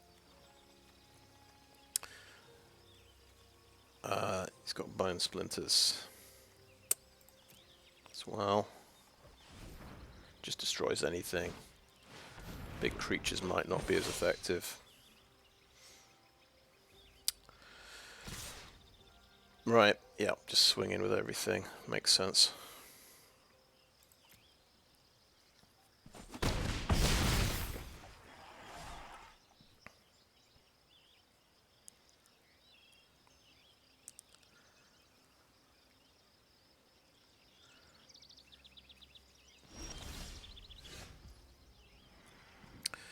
So yeah, we've only got 6 mana to play with. This does play a tapped land. So getting 2/1/1 seems like the play here. Swinging with for 2. So this guy is pretty crazy. But he doesn't have trample. So I do just want to chump block.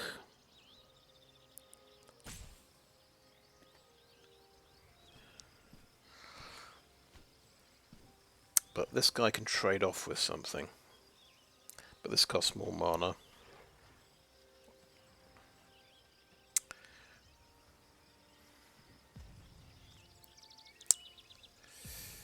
Okay, I think I'll scout the wilderness like this.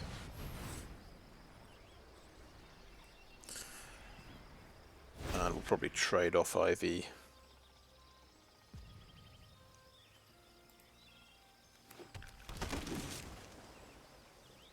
Play the tap land.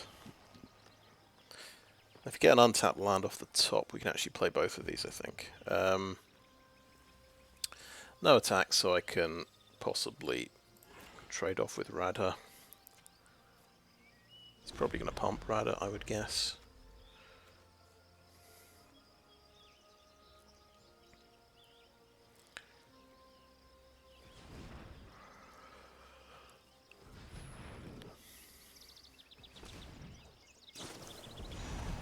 Good Shadow Prophecy, yep.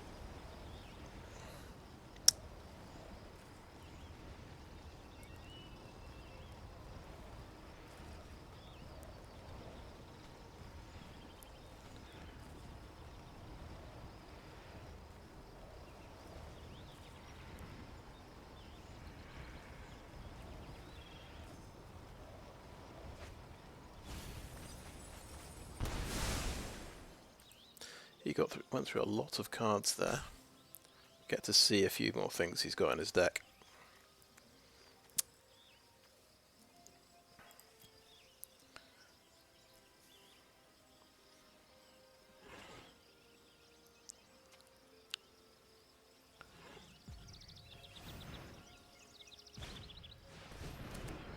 Sure.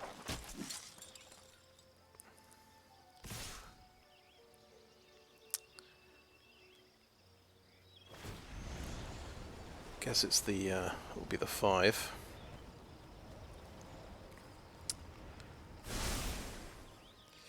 Cool. Okay. So yeah, he's got 1 red open. What can he do for 1 red or 1 white mana? Flowstone Infusion. Okay, he might have another one, but we'll double block the Radar like that. Try and take him out, and I think we just chump block there.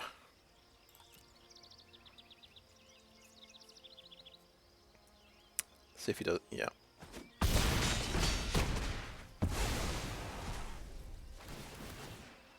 Of course, he gets infinite saprolings when that happens.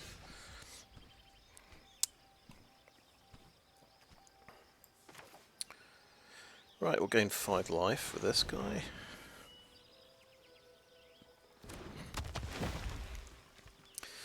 We could play a 1/1 Pixie here. As a chomp blocker, basically, if we need it, because he's got 5, 9. He's got 12 damage. Okay, I think I won't play the Illusionist. I'll risk it, because we could have a 3/3 and a 5/3 next turn. This might hold him off, you never know.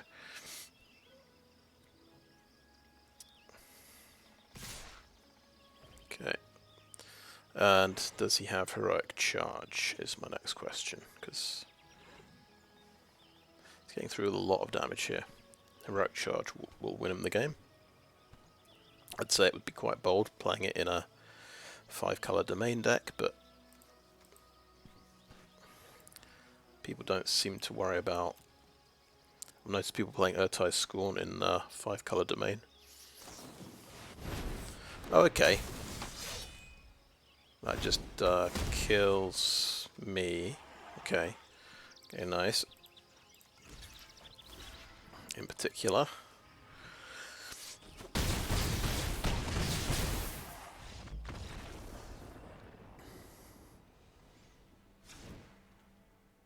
So yeah, we'll quickly go to work here. Out with the blue.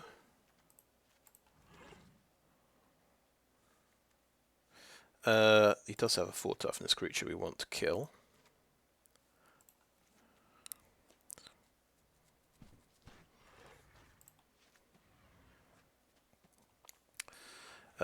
Stall for time, or just oh yeah, Cavalier is good. I think Faith Bonder is just a good blocker.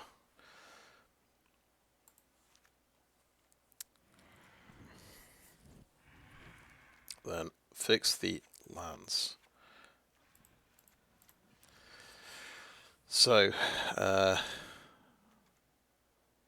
blue-black land, not interested anymore in that one. And we want to get 5 planes, so we've got 7 white sources and 8 green sources.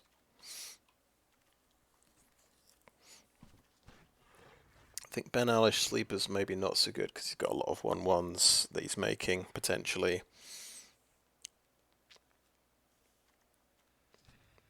Having another solid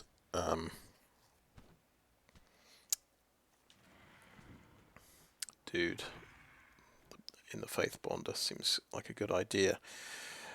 Stall for time, I'm not sure how useful that's going to be this time.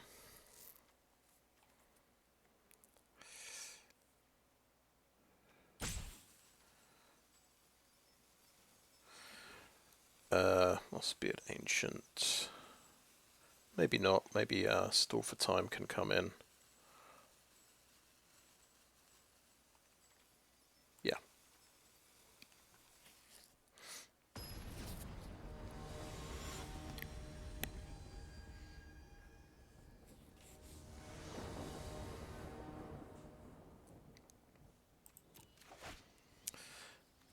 Okay, we can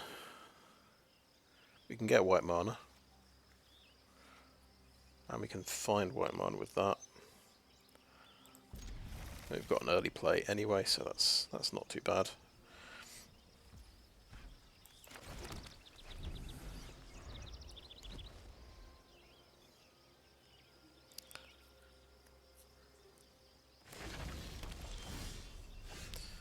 Top deck of planes, that's pretty nice. I think maybe an early Crystal Grotto is quite good, because we don't really need any more lands. That is, yeah, I say we don't need that. It does pump this guy up a bit more.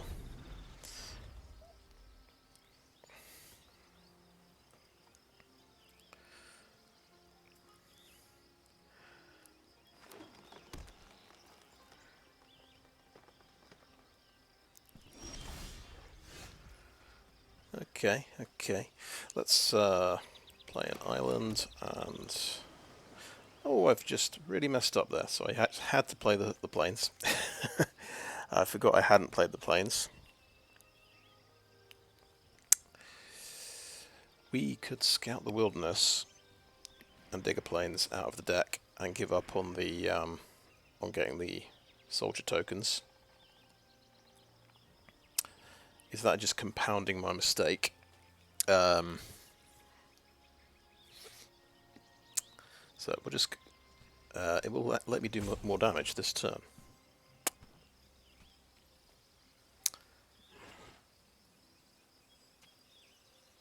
We'll see if we come to regret it. I will compound my mistake potentially, just so that we're doing something. Get the planes into play. So we do an extra point of damage, and we're ramped up a bit.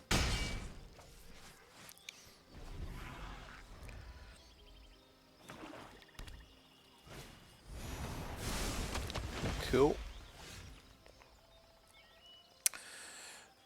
Right, how do we want to deal with this? Because we can hit 5 mana and tap that down and draw a card.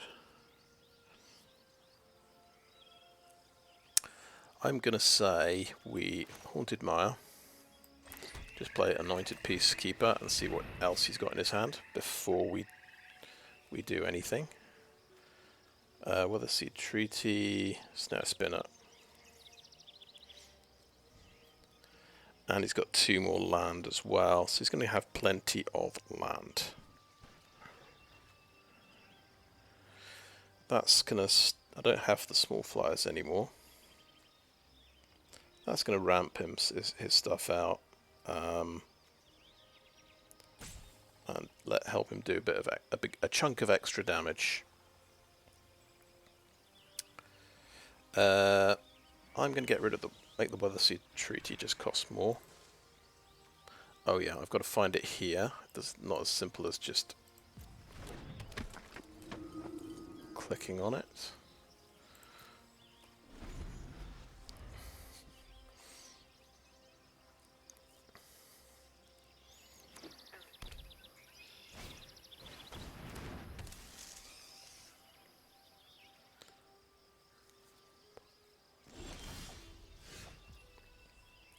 Okie doke, right.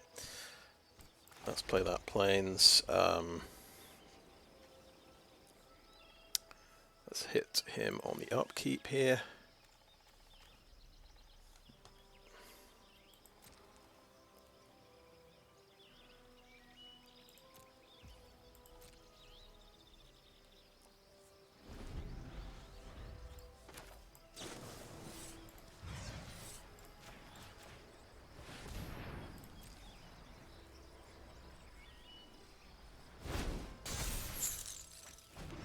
That's a tap land.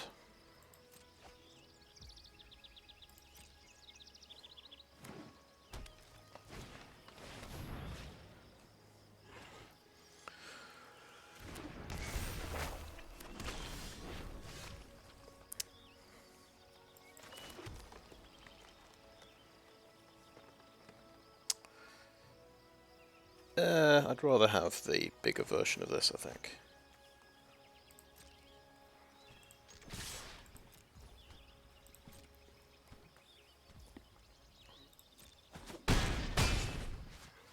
That's 7 mana.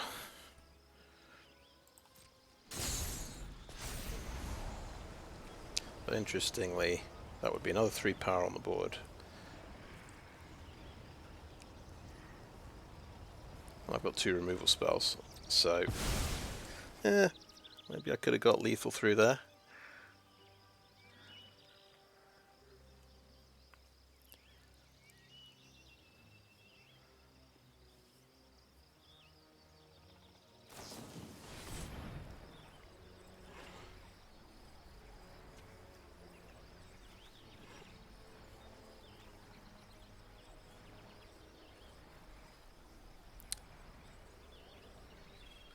Okay, that's okay.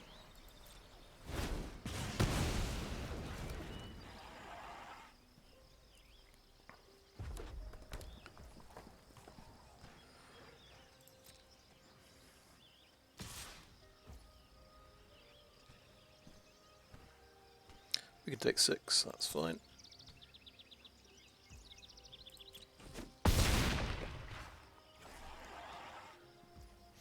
Oh yeah, I'll tell you what we didn't put in, Broken Wings, but... Okay, end of his turn, Leyline Binding on the Sojourner. Or do we? Do we hold it for a bit later on?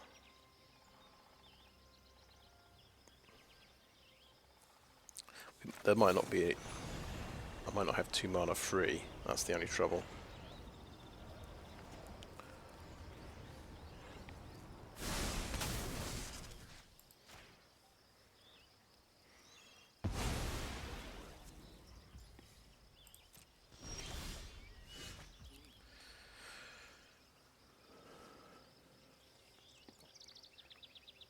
No, he couldn't have a counter spell, could he?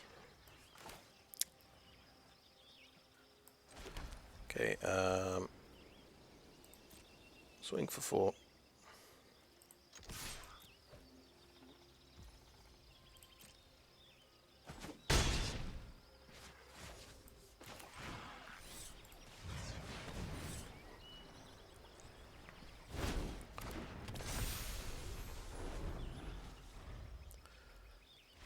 Okay.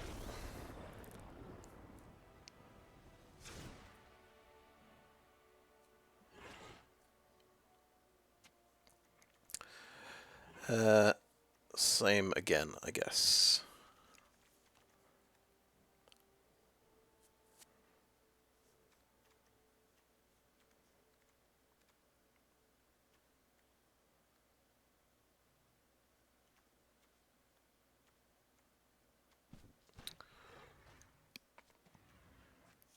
Yeah, same again. I'm not going to change that.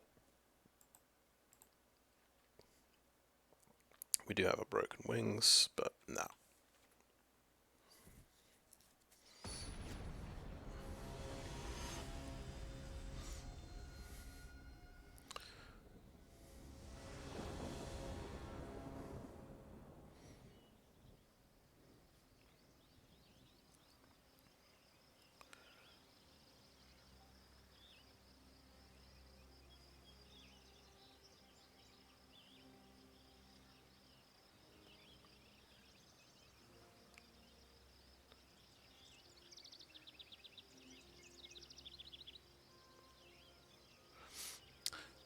Right, yeah, that's right, I won that one, so he chooses.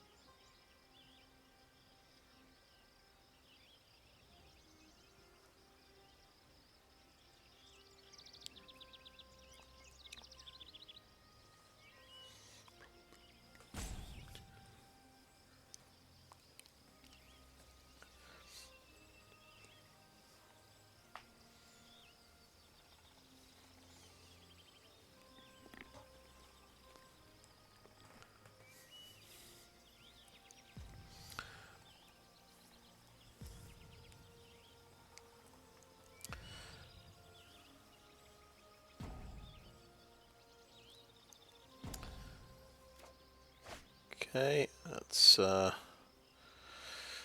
playable. Keep it.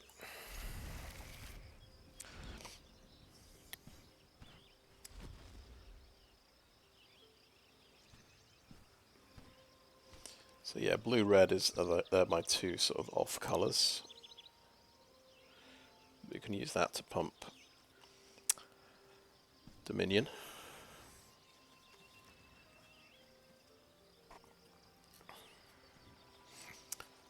Hopefully we'll draw into some cards, but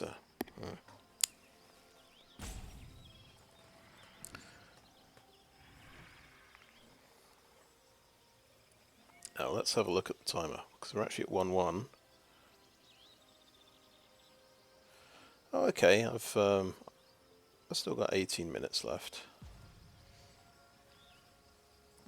I'm guessing this guy just disconnected, unfortunately.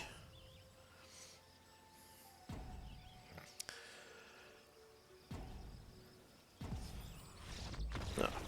Okay, well, it seems like a free win for me, I guess. I'll take it. I have to take the wins where I can get them. In this format, it's been absolutely brutal, I've got to say. So yeah, in traditional, first time I've managed to get to 2 wins in at least Dominaria United. Do we think the white cards are just better than the blue cards? That is one possibility I'm thinking of. We've got to try out Ivy. We actually played her with Tolarian Geyser.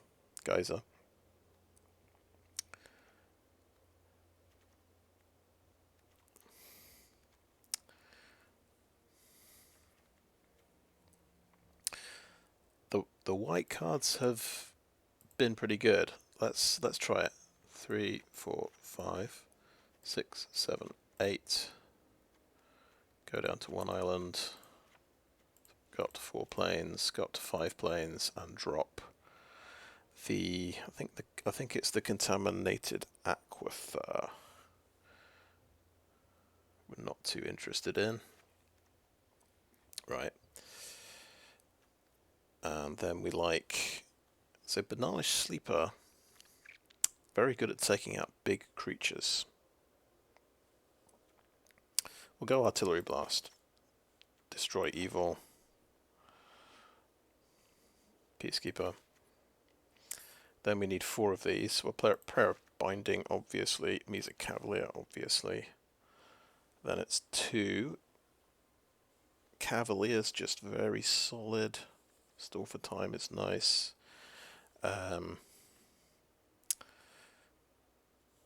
We don't get the black mana very consistently. There are a lot of 1/1 creatures, which kind of makes this guy a bit worse. I think it's Cavalier and a Stall for Time. And we'll have that in the opening game. Let's see, yeah, so 7 plains and 8 forests.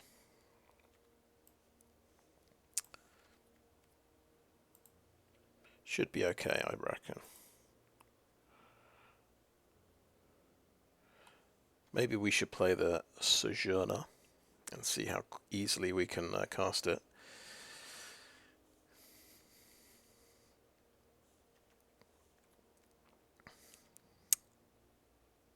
What would we drop for to play the Sojourner? That's the thing.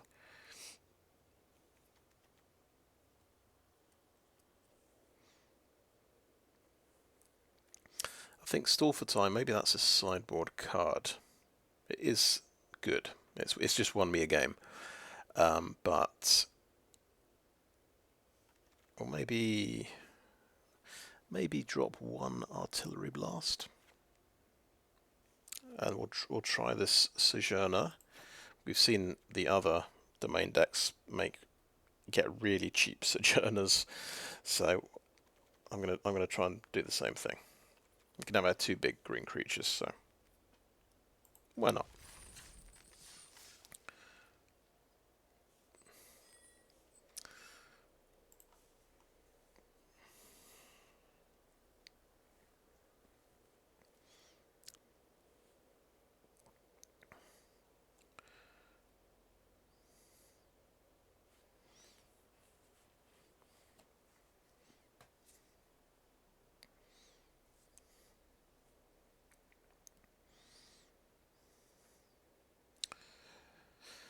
suppose when we switch to white, we are losing some mana fixing, because the Pixie can mana fix, and we've got the Merfolk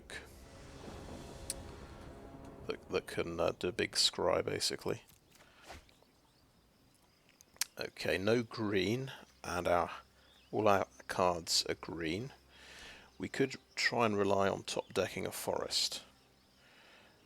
We do have our other colours. It seems quite risky.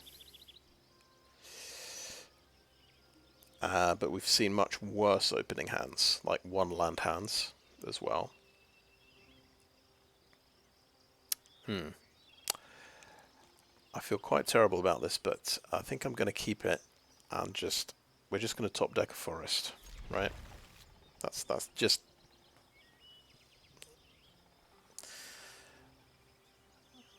just what we have to do.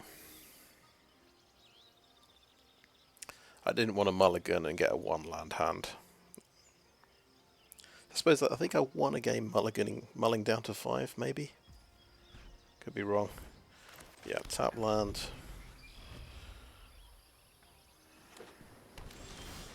Okay, yeah, just what we want to see, the double green card. Sojourner is going to be quite cheap. It's going to be Hill Giant cost. Oh, there we go. Perfect. Turn 3. It was just, you know, perfect timing. So we can cast our Bog Badger.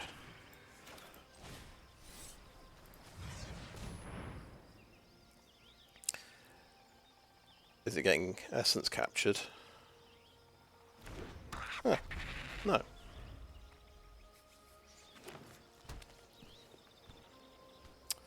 This guy's blue-green as well. I'm wondering if maybe he's domain. Didn't get his tap lands. Another, yeah, Weather Seed Treaty. Let's see if it's a different kind of land. I wouldn't be surprised. Yes, because that does have a big domain payoff at step 3. Big old chunk of damage. Okay, Sojourner's gonna pop out. So yeah, we're already getting, that's already paying off for us. Getting it on turn 4.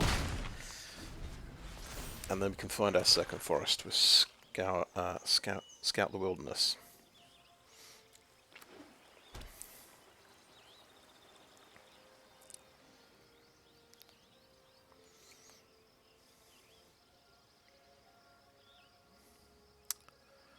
But yeah, we have to thank the gods of magic there to giving us a forest on turn 3.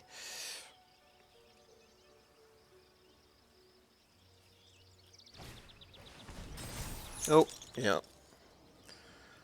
Nice bit of removal. That's not going to be an issue for quite a while.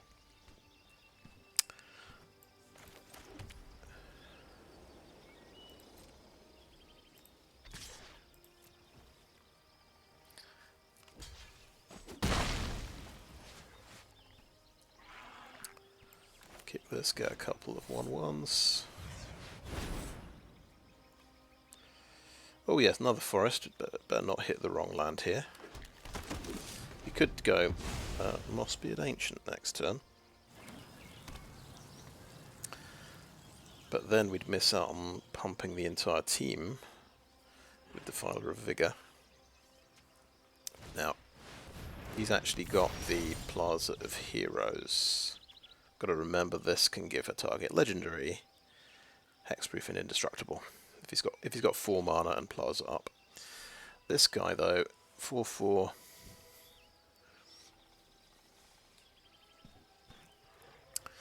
So alright, instants and sorceries pay off. I guess can get boosted.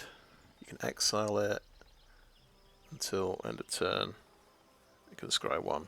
Yep. That's a nice uncommon card. We don't have a way of killing this dude. We'll play Defiler now. Hope it sticks around. And no attacks.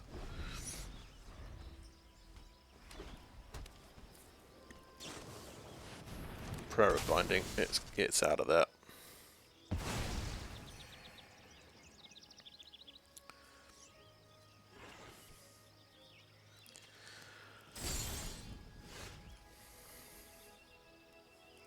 does have blue. He might have counter spells.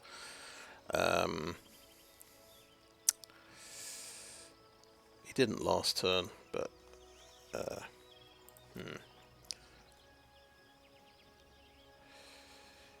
yeah, we're just going to play our planes. We'll play the Mossbeard, I think.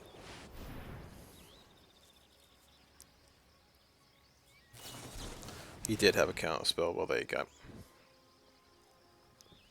Still, Tsar is a 4/4, which is quite good.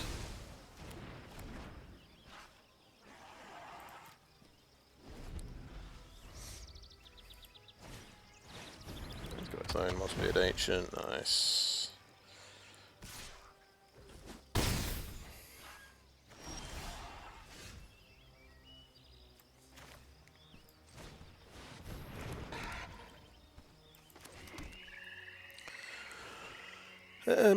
So we can pump the Bog Badger to 4/4.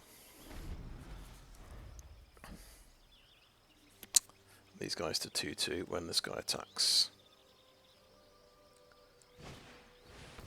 Oh, they all have King Darien. This is the third guy with King Darien. At least, yeah, it's only creature tokens, I suppose, that you can buff. Great, just after Essence Scattering, my best creature as well. Wouldn't you know it? So it's got a pretty impressive ground force here.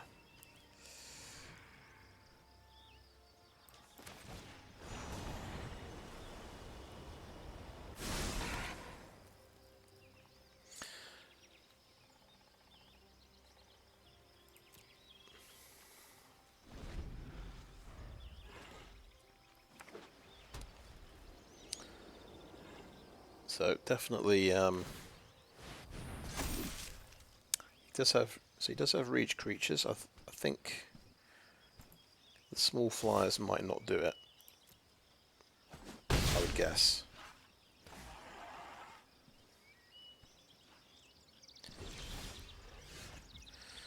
Right, we have a Leyline Binding. He has no creatures in play. No, sorry, no cards in hand is literally what I meant. This isn't a legendary. We'll just Leyline Binding this guy now.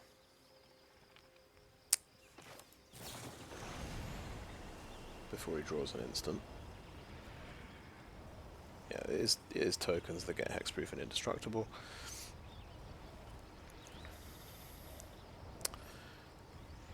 We kind of revealed something important that we've got here, but maybe there's a chance. A slim chance here.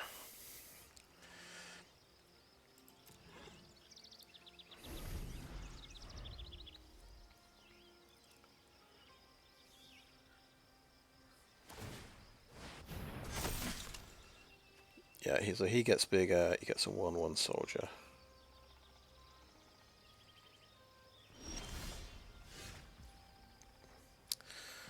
Tail Swipe, you say. Well, he has one card. Now this is quite interesting. If I'm correct, he cannot activate Plaza of Heroes. He doesn't have enough mana. He's one short.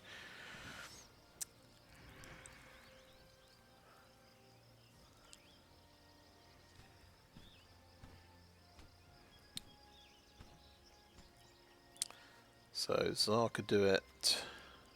The Sojourner could do it. We can't take out the Mossbeard, so yeah, taking out the King is definitely quite good.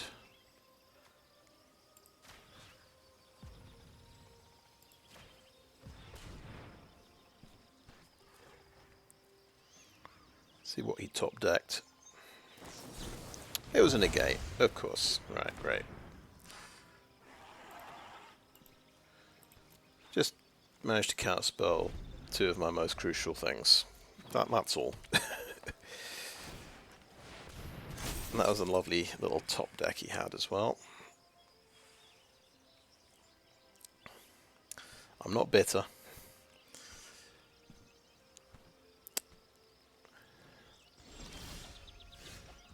What we don't have is any in-list.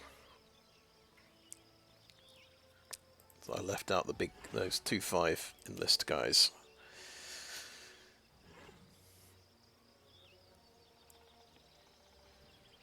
Well, I suppose we couldn't. They'd Tsar could pump them up, but they'd get to 7 power. Okay. I guess we're going to see each other's decks here. So we have 21 cards left. So at the moment, I'm going to deck out first. If I play this, I'm definitely decking out first.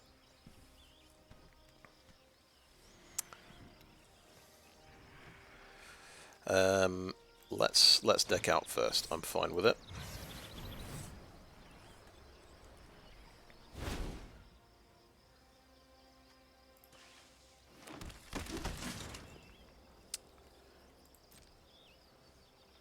Because yeah, you got Prayer of Blending on the Defiler, Essence Scatter on the Weather Seed. Sorry, the Mossbeard Ancient.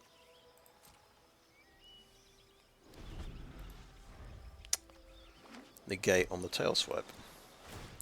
That would have taken out King Darien. Just seemed to work out quite well for him this game.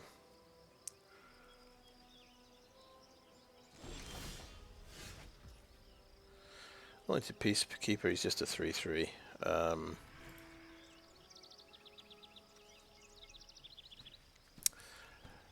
Let's name Negate.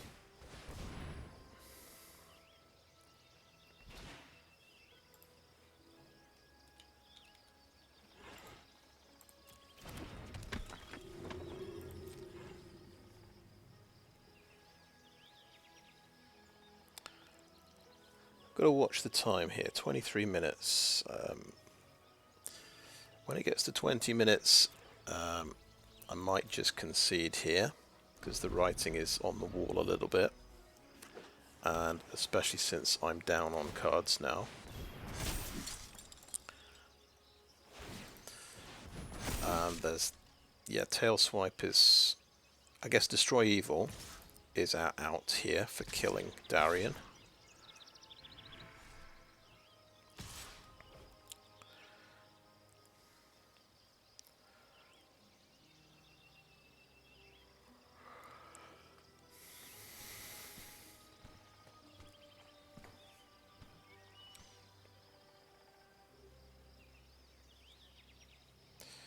Okie doke.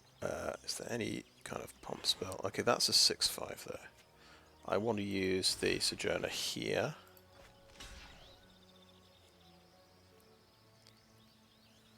With the Brawler. That seems good. Bog Badger and Anointed Peacekeeper block there. That also has Trample. Okay, and he's doing 6 damage as well. And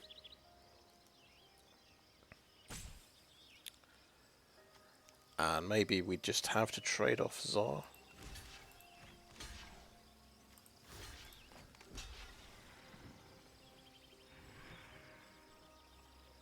Then he just has his king left.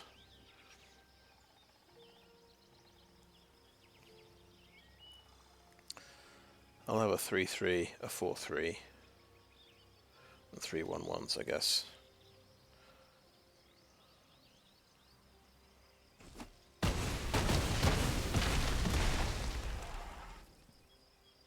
If I can top deck something to kill the king, that would be very helpful indeed. No, okay. Does he have trample? No. So we've got some chaps we can chuck in the way. Does he have 7 tokens? Okay, I think we didn't top deck anything. We'll just concede there and not waste any more time, because we have 22 minutes left. Okay, there is... Now, yeah, Broken Wings takes out his enchantment removal. That's why we're adding this.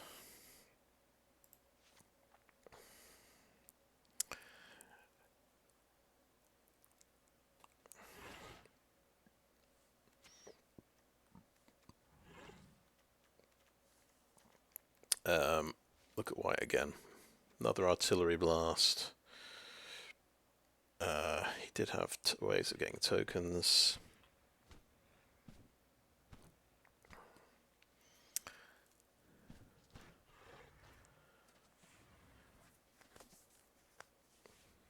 But he does have quite big creatures as well. But maybe more removal is going to be good here.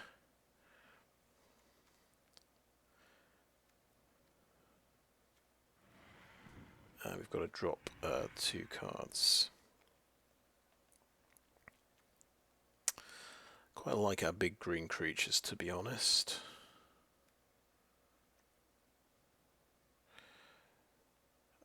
Can we get by without Librarian? Maybe we can do it.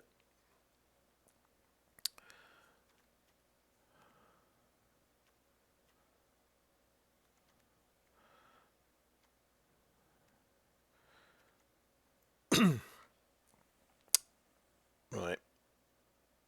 Do we drop the Vinewall? I think that's very risky. But let's do it. Yeah.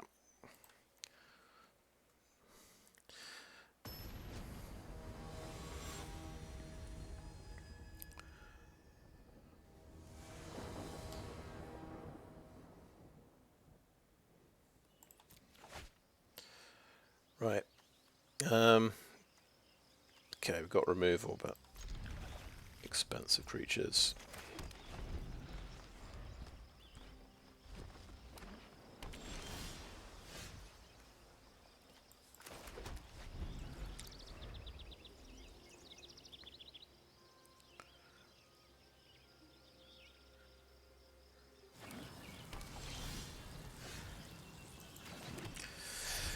Yeah, I'm regretting taking out that Vinewall already.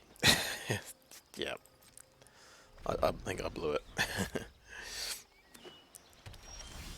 Oh my god.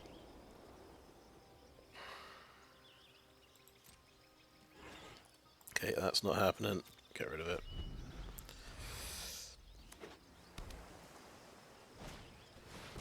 Same one, sure. And then we can at least...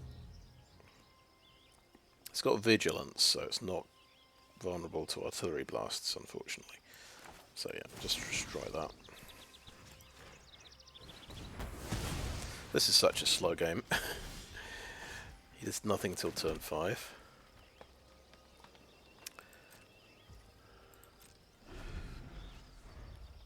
If I could hit 5 land, I'd do something on turn 5. No Jin. Okay.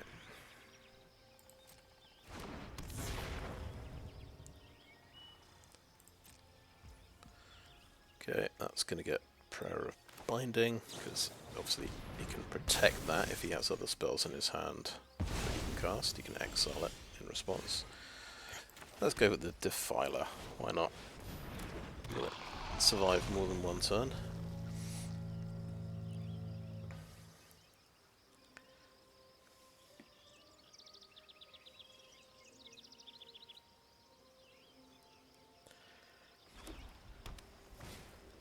Citizens Arrest, okay.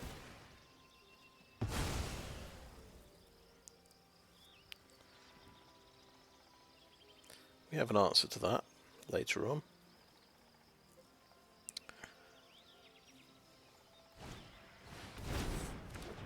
Oh yeah, that's a nice one. This just lets you draw another card. Sojourner. Pretty beefy. Go for it.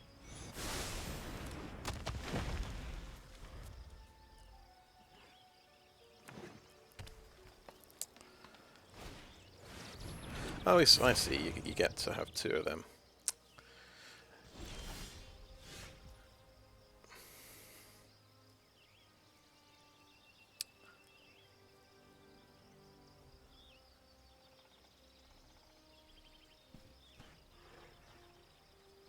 Right.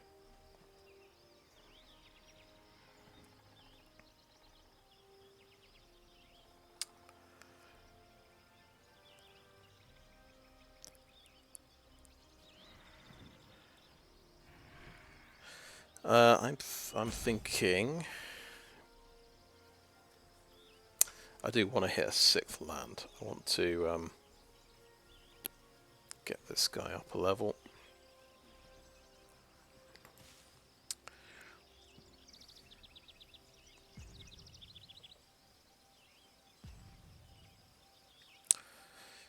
That said, I think this is a good time to cast this guy.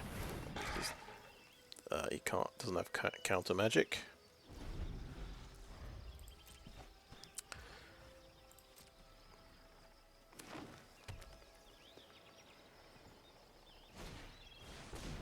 Okay. Going for the land.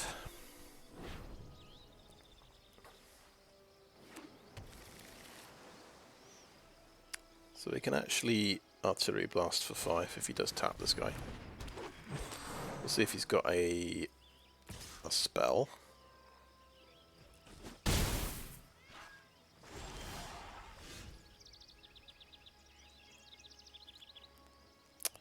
Bog Badger. We can't kick the Bog Badger.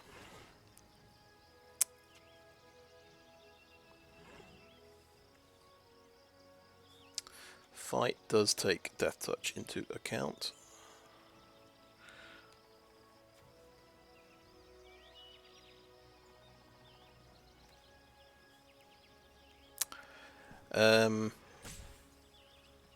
I think stop on the upkeep and just tap down these 2 creatures. I think that is quite reasonable. Do want to draw an extra card. Maybe I could have attacked. Well, yeah, he's got a Death Toucher. I don't really want to attack.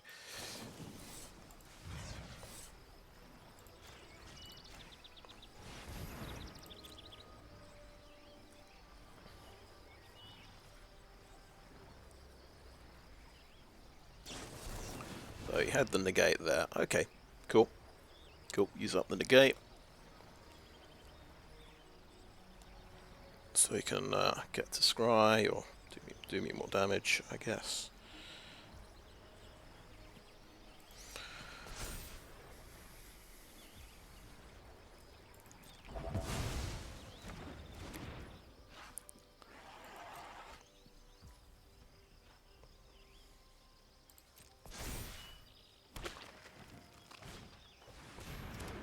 Okay.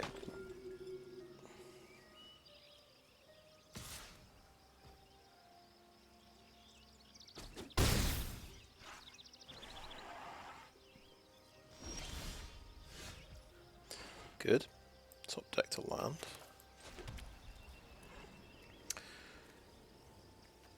Right, so it's just an artillery blast on the Djinn.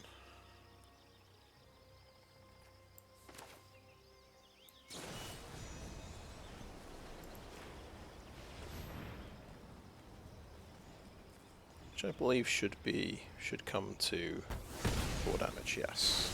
Okay.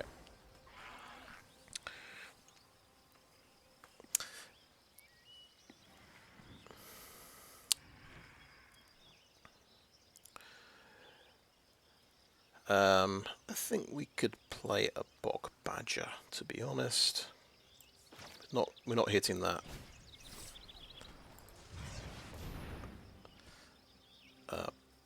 Black mana, it looks like.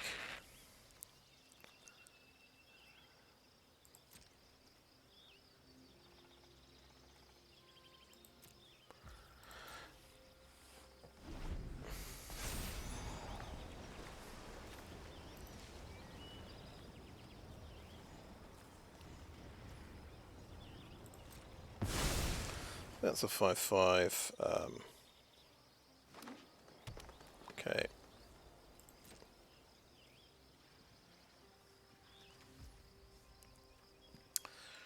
Right, over to my turn. Now, Bog Badger could trade off for the Death Touch. I guess we'll see what we top deck.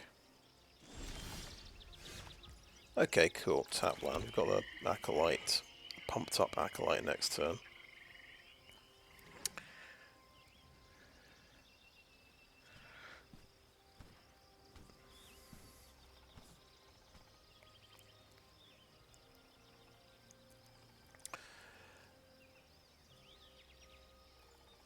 And maybe we just bold here and we attack with everything because we don't have a...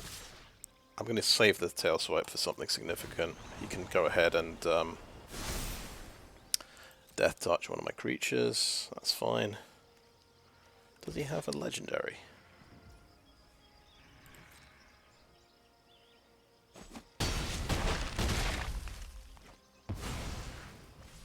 Okay. How much time do we have left? 16 minutes. King Darian. Yeah. And he's got enough to just protect him so he doesn't die. Oh, he's going to be greedy though.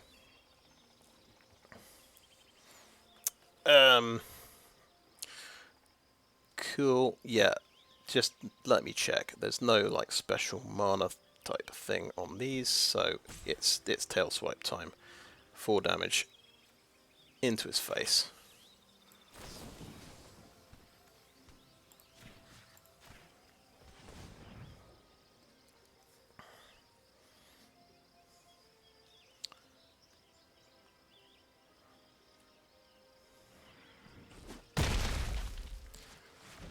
Bye-bye, King Darian. Very, very satisfying to kill that guy. He does get to, yeah, does do a backswing for 5 and gets to scry, which is pretty powerful actually.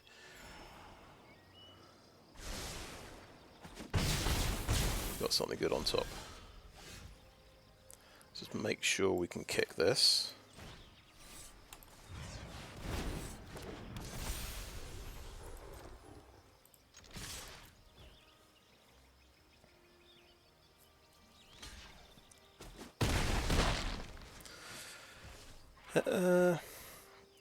I'm going to play the tap land.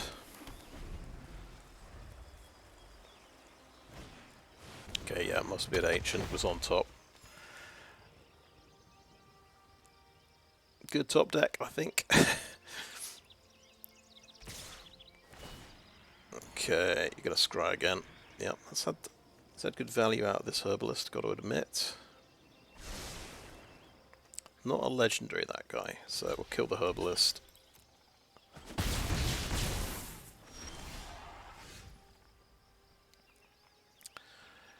Uh, 13 damage we get through.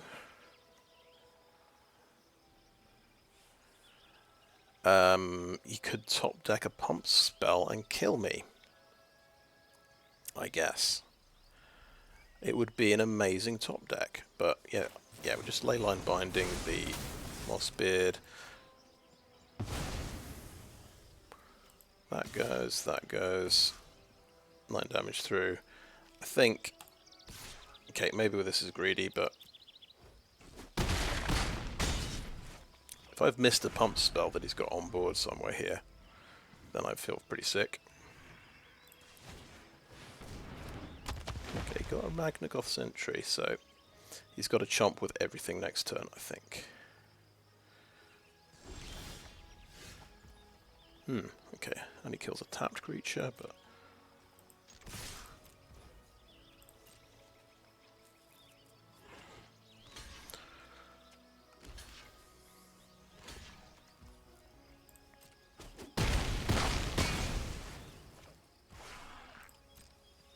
Let's check my time, 14 minutes left. He's got 17 minutes.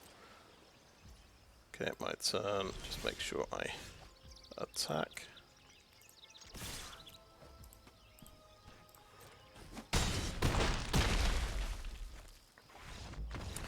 Okay, 1 for 1.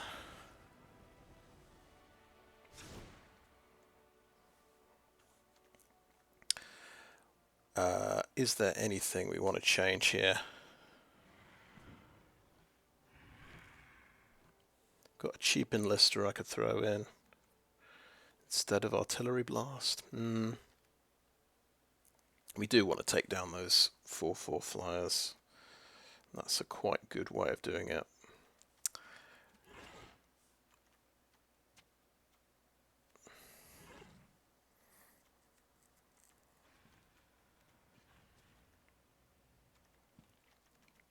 I was complaining, wasn't I? I was saying, oh no, I took out the Vinewall. Yeah, I got mana screwed a bit early. on in that game, and maybe that is a better idea than some other things.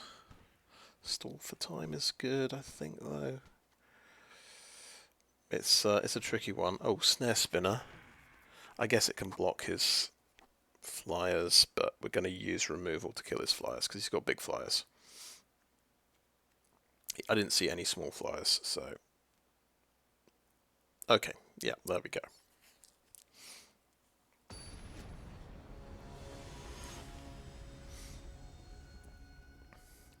I think that, yeah, that is just a chump blocker for the 4/4 flyer.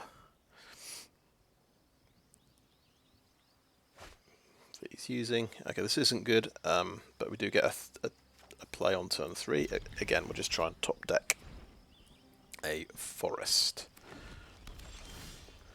Very good. We've got a green source. That will do.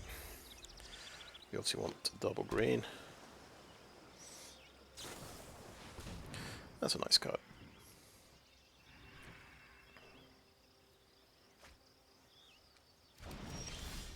And watch the time, 14 minutes, so Sunlit Marsh.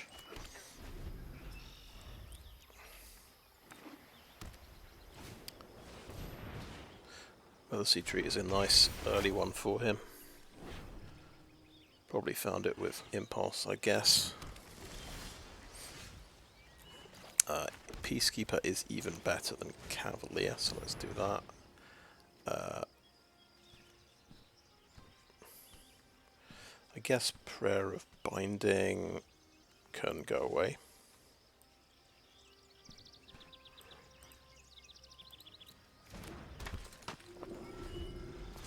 And then we hope. So he's got a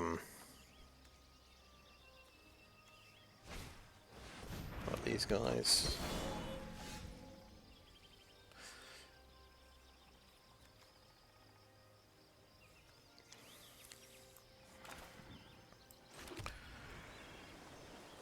Right, actually, this is interesting. So, do we bolt the bird here? This isn't a fight spell, it's a punch spell. So we can kill his gardener and slow him down.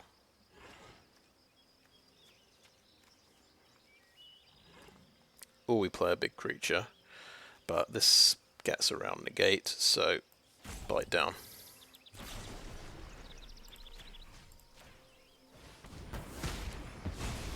Seems to be the move, and swing in.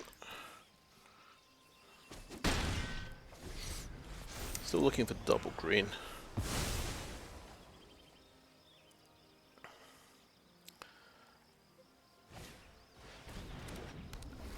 That's a good sign if that's... he's relying on that.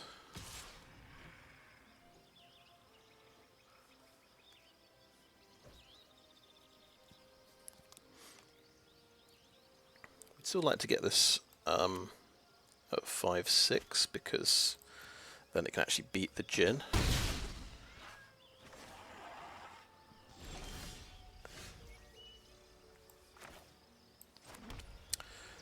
But I think it's Sojourner because it's bigger. We could probably, if we get another land, we can double spell these two guys.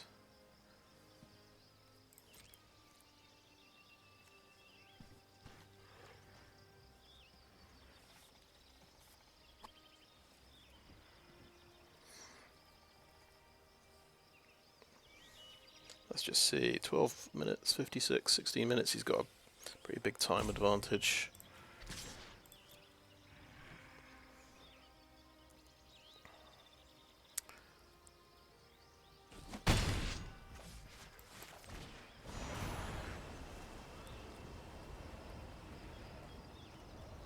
Oh, counterspell, no.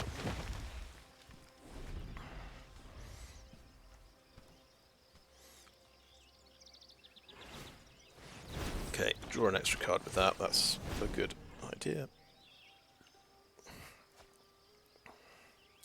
Does he hit a land drop? Because that looks at the top 3. He did not hit a land drop. That is very unfortunate.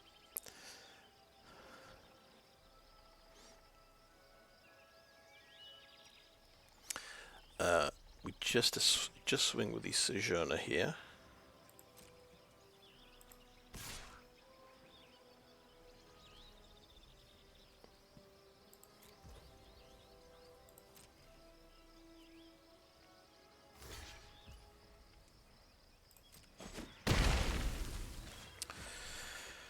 Right, I hate to do it, but I think I'm going to play this as a 3/4, just because we've got Destroy Evil in hand.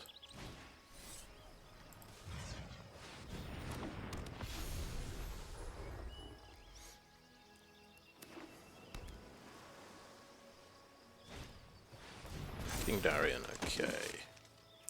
He's certainly very evil. But not quite evil enough until he pumps him up. Okay, Tsar is a good one.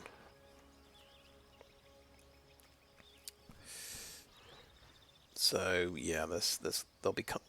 I guess he could. Yeah, he might block with everything, and then obviously I'm quite happy to trade off just for King Darian.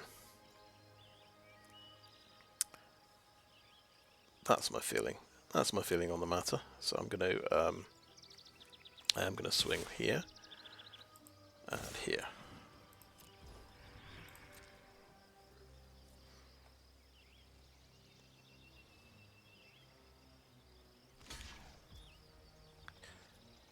Interesting.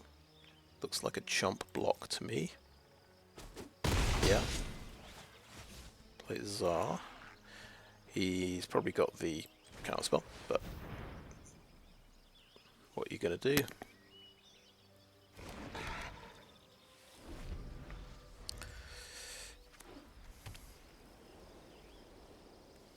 Got 4 land, so he's only going to pump the Peacekeeper when he taps.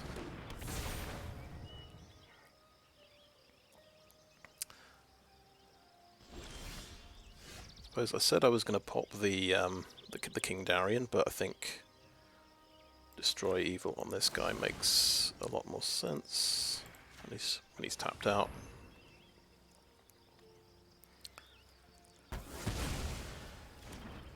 And then we play the Cavalier, so we've got 2 creatures coming into play. And then Tsar is actually going to put some tokens on things for once, which is pretty exciting.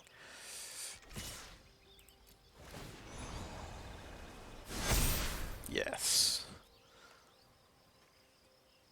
That did it.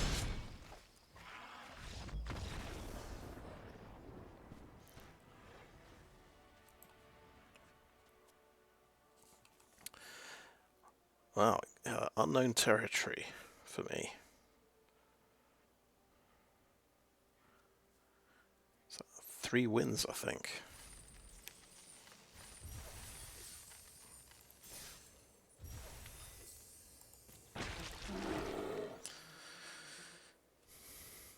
Nice. Can we go all the way?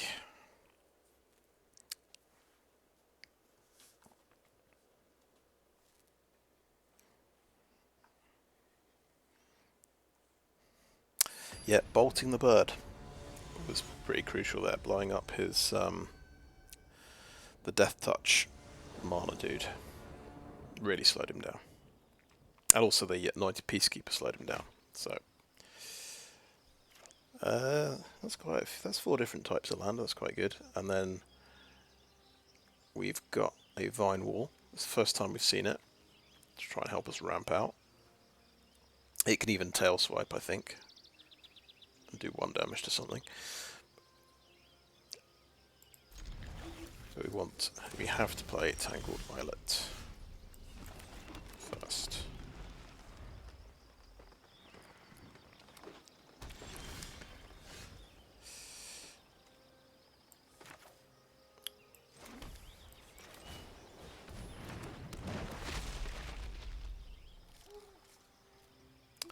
We actually, wow, nearly whiffed.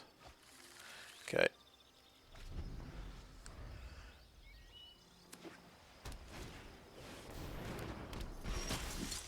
Okay, it's got a 3/2 creature.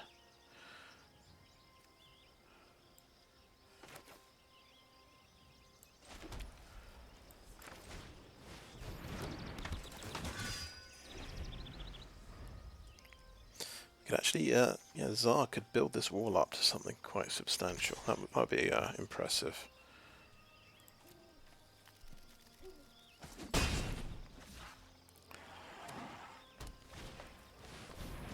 Kiddo, that's a blocker.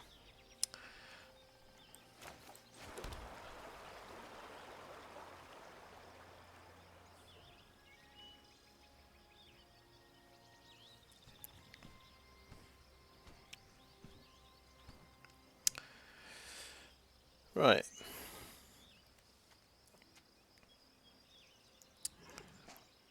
Scout the Wilderness. Bite down on the 3/2.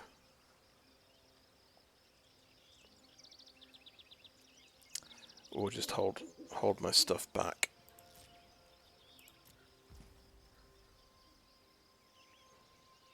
Yeah.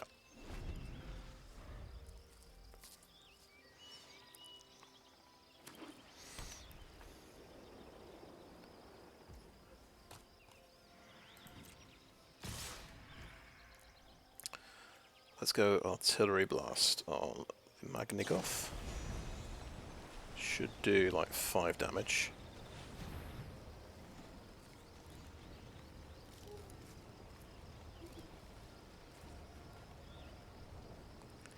Yeah, Tail Swipe's not really going to do anything. It's just going to be 2 damage.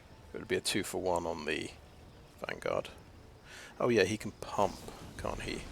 He has Guy's Might. Sure. They always do things like this to ruin my day.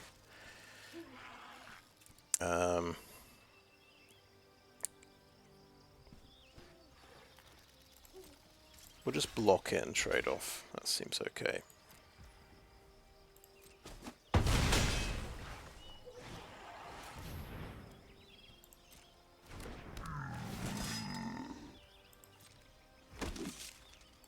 It's only got 2 cards left. That's the good news. So does he have a removal?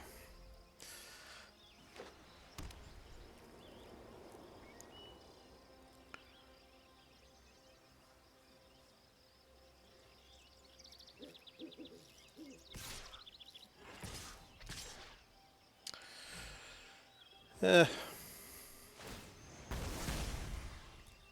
3/2. Yeah, so obviously we're scared he's got another Guy's Might, so no blocks. We'll take 6. Oh, maybe 8. What is it? What the hell is it? Okay. White permanents, and you make soldiers. Okay.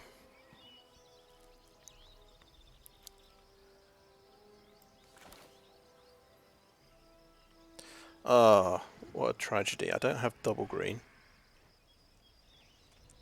So I can't do my 2 green removal spells.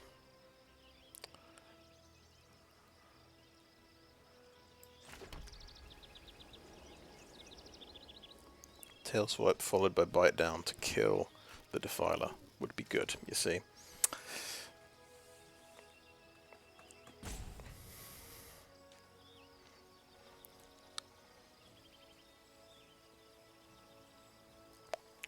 Even Scout the Wilderness kicked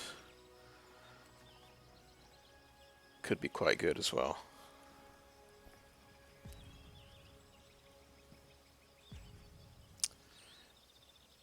God damn it. And I'm running out of hit points as well. So, anyway, I'm going to find the forest here. I'm going to try and survive. We're not going to attack.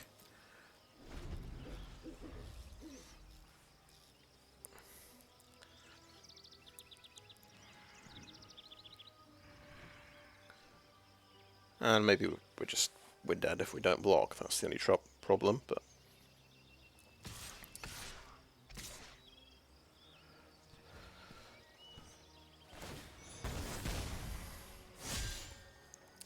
Okay, Vine Wall, I'll chuck in the way there, and I'll take 6.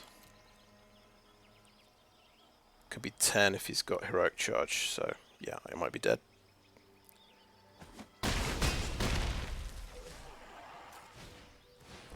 That's not great.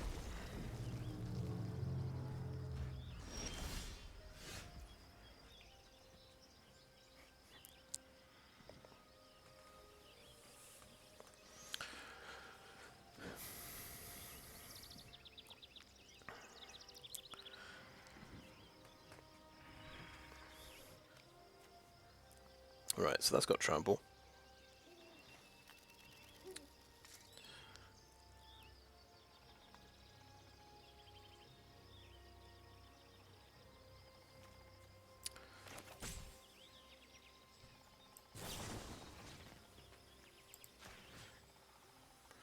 Let's take out this 3/2 that can pump the team.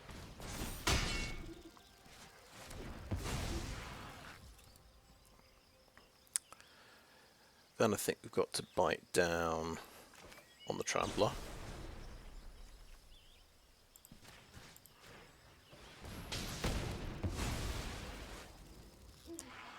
And then I want to pump up my tokens.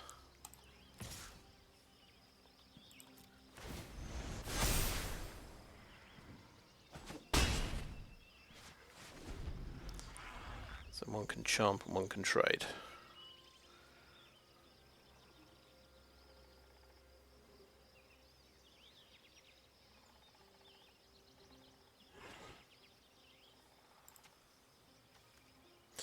Yeah, that's right, he had a Guy's Might, but I still was able to trade off early on.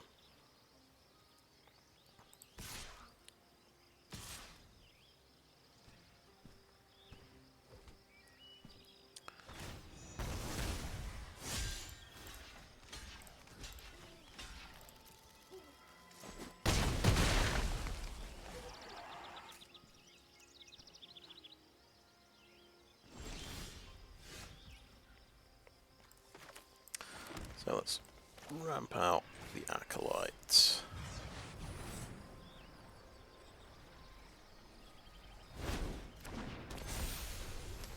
And go ahead and tail swipe this guy.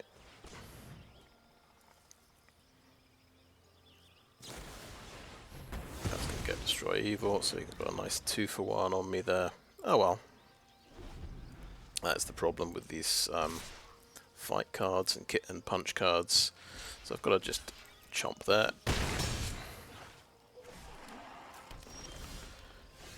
Concede. Quick. Don't run out of time. Right.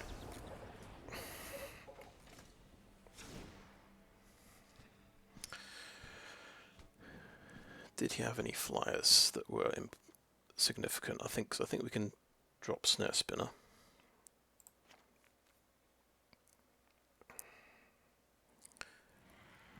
Play Stall for Time. Number 2.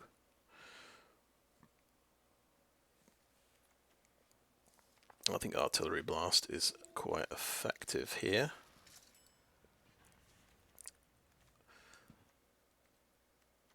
Is there anything I can drop? Can I drop an Automatic Librarian here? Doesn't feel good to do that.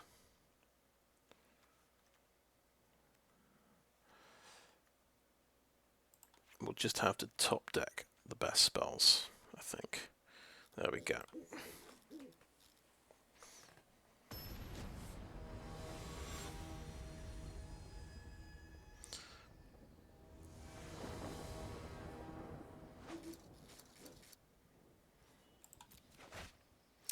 That's a 1-lander. Now, here's the thing. We top deck any land. We can play Vinewall and get another land. Is this going to be the amazing 1-land keep? I don't want it. I'm going first. No, this is not going to be the amazing 1-land keep.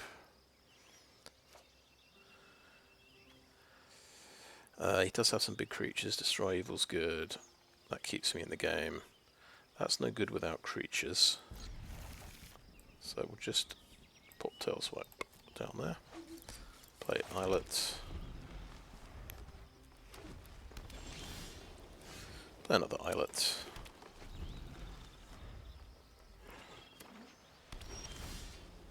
Play a Grotto. Find some creatures, please. Don't need that.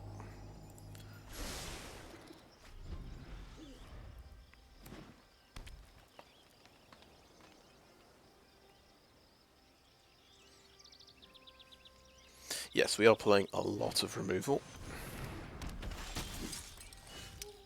Hey, we did draw a creature. I think I'm better off playing the creature.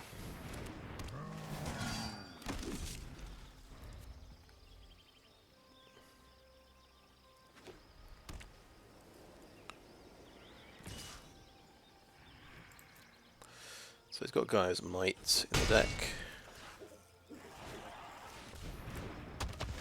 Okay, that's cool. Right, he's tapped out, I think, Destroy Evil on this guy. Seems good. Artillery Blast on this guy. I may have completely done the wrong thing there because Stall for Time is available. Tap them down, but both of them down and see what else he plays. Might have been a much better idea. But we can do that on these guys.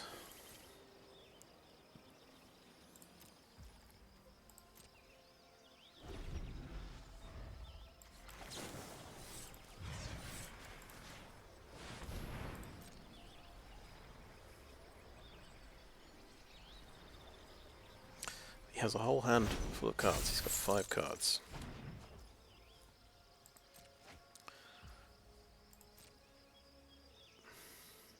Sorry, 6 cards, and I've got 2. What's missing in this picture? I've got 2 more lands. Okay, I can double spell. That's pretty cool. So Peacekeeper comes out.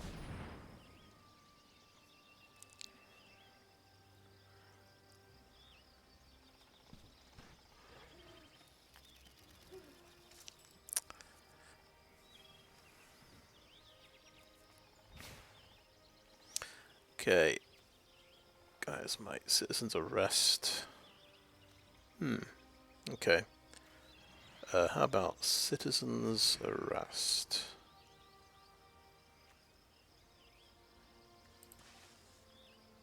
And let's find it in the list.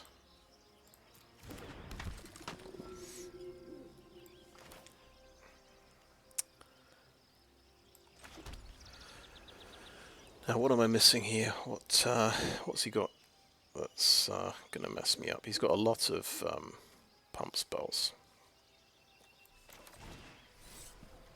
Can't play it with Kicker, unfortunately.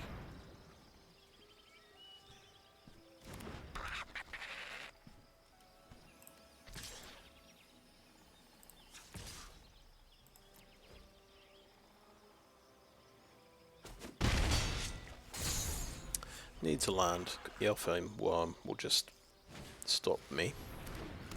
Okay, 2/2 first strike is actually pretty good with his pump spells. It means he will be able to cast his Citizen's Arrest if he kills that guy.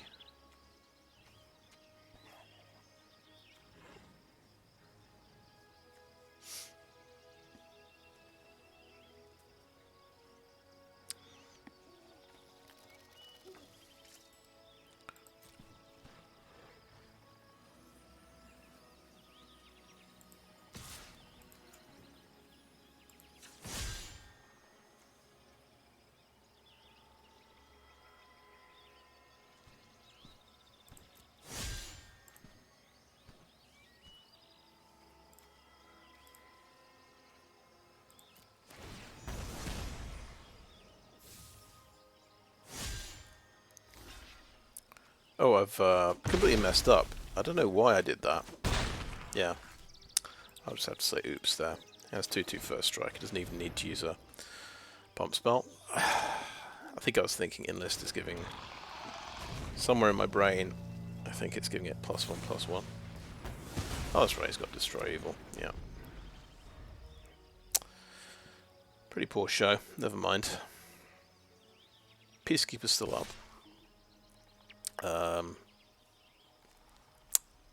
So he's got pump spells to mess me up here.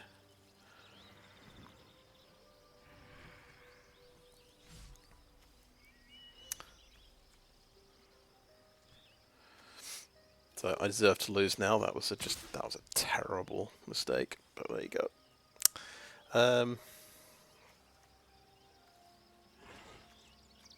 You can just pump this guy as well. Doesn't even need to use any cards.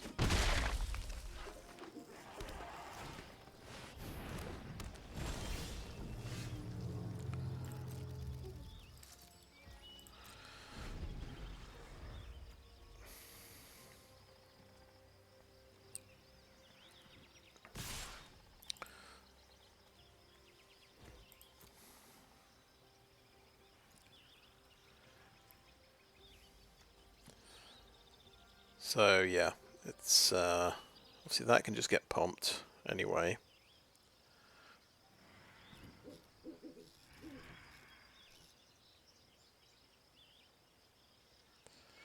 And you can do Strength of the Coalition to make everything a 2/2. I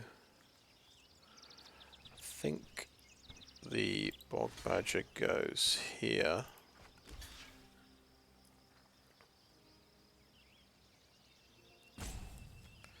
Wonder how much damage he can do me here.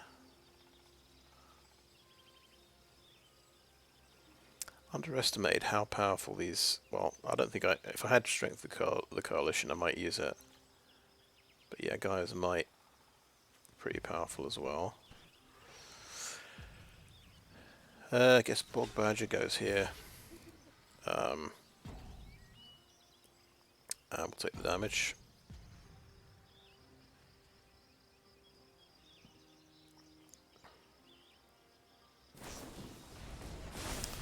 I'll use the Geyser, mate. Yeah, just letting him upgrade that into a removal spell.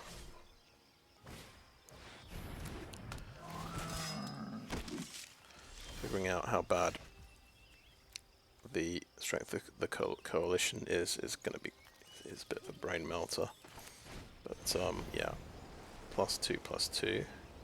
It's 4 mana as well, and he can't bite down as well.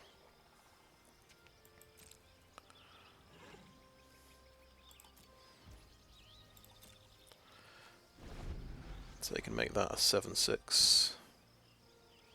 Yeah, just very lost here, I think. Maybe this guy's figured out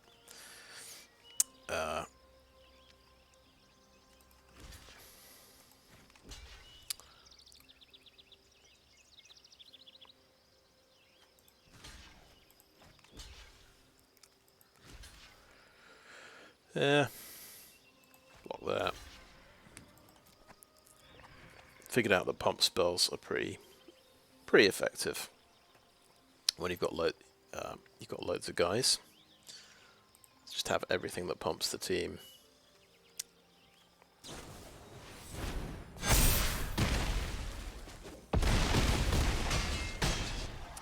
But I did draw 3 extra land, I think, and I went first, so he was on the draw, I think. Yeah, because I lost the first game.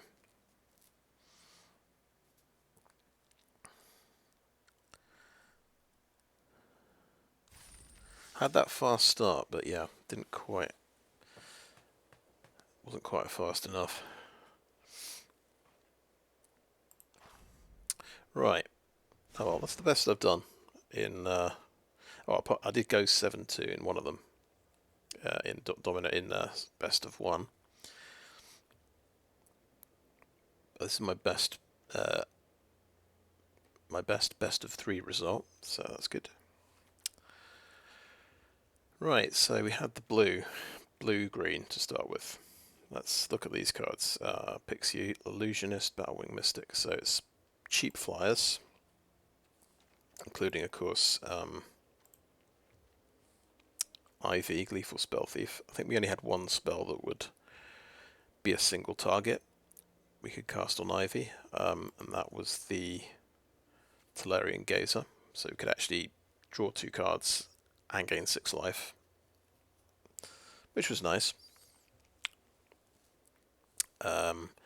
We sort of didn't find room for our own pump spell, the Geyser, mate. But I think once I got Tolarian Geyser off on Ivy, I was okay, and obviously the white-green deck was performing really well when I was boarding it in. So I thought, yeah, probably the best thing to have in game one, and there didn't seem to be a reason to go back to the small blue flyers after that. So yeah, let's look at the blue again. So we didn't play Academy Wall. We didn't, because I think if you're going red-blue with spells, that's where you play Academy Wall.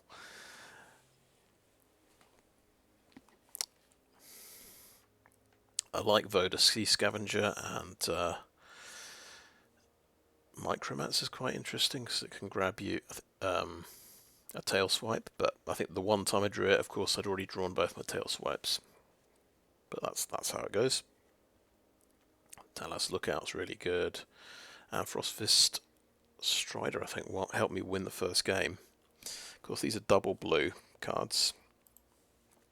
A bit harder to cast.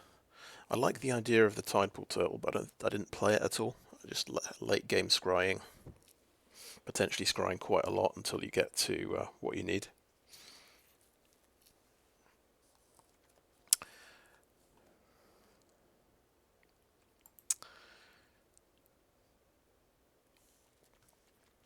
But yeah, white was just chocker with removal spells, so we often played both Artillery Blasts and both Stall for Times. Got the Destroy Evil there as well, Prayer of Binding, Leyline Binding. So playing a lot of removal seemed to be the format for it, with a lot of bomb creatures, I would say, that have to be answered.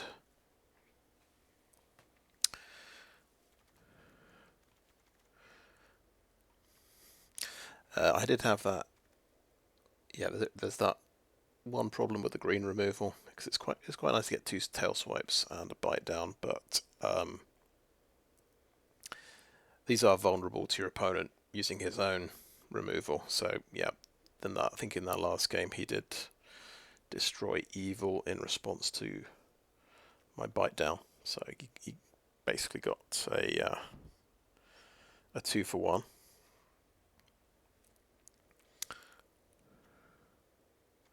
I started. Other people weren't using small flyers that much. There was the 4/4 Djinns, so you just side out the Snarespinner in those games. Yeah, Anointed Peacekeeper was quite interesting. Definitely helped me win a few games. Yeah, Stall for Time really strong. I guess it's like the white version of Tolarian Geyser. It's quite a strong cantrip, really. I like Scout the Wilderness. A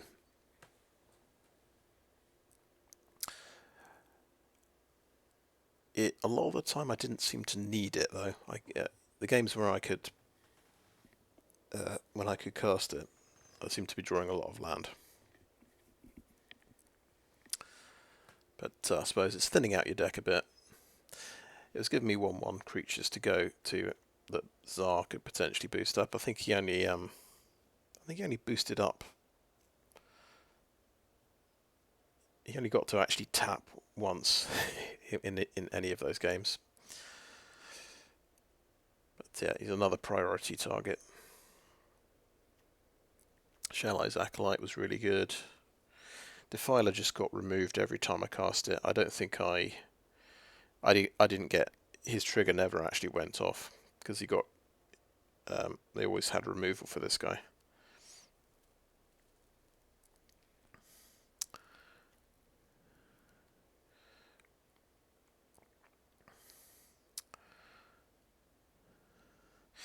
Yeah, Mossbeard Ancient was worth playing, I think. Just a shame when he gets counterspelled. And the Sojourner was really good, so that was often casting about 4 mana. So it's just a big ball of stats, really. Cut price rate.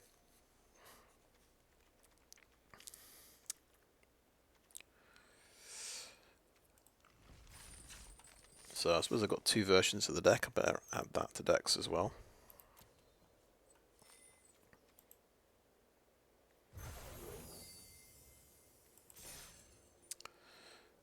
Yeah, that was fun. So yeah, that's the video. I think. Thanks for watching.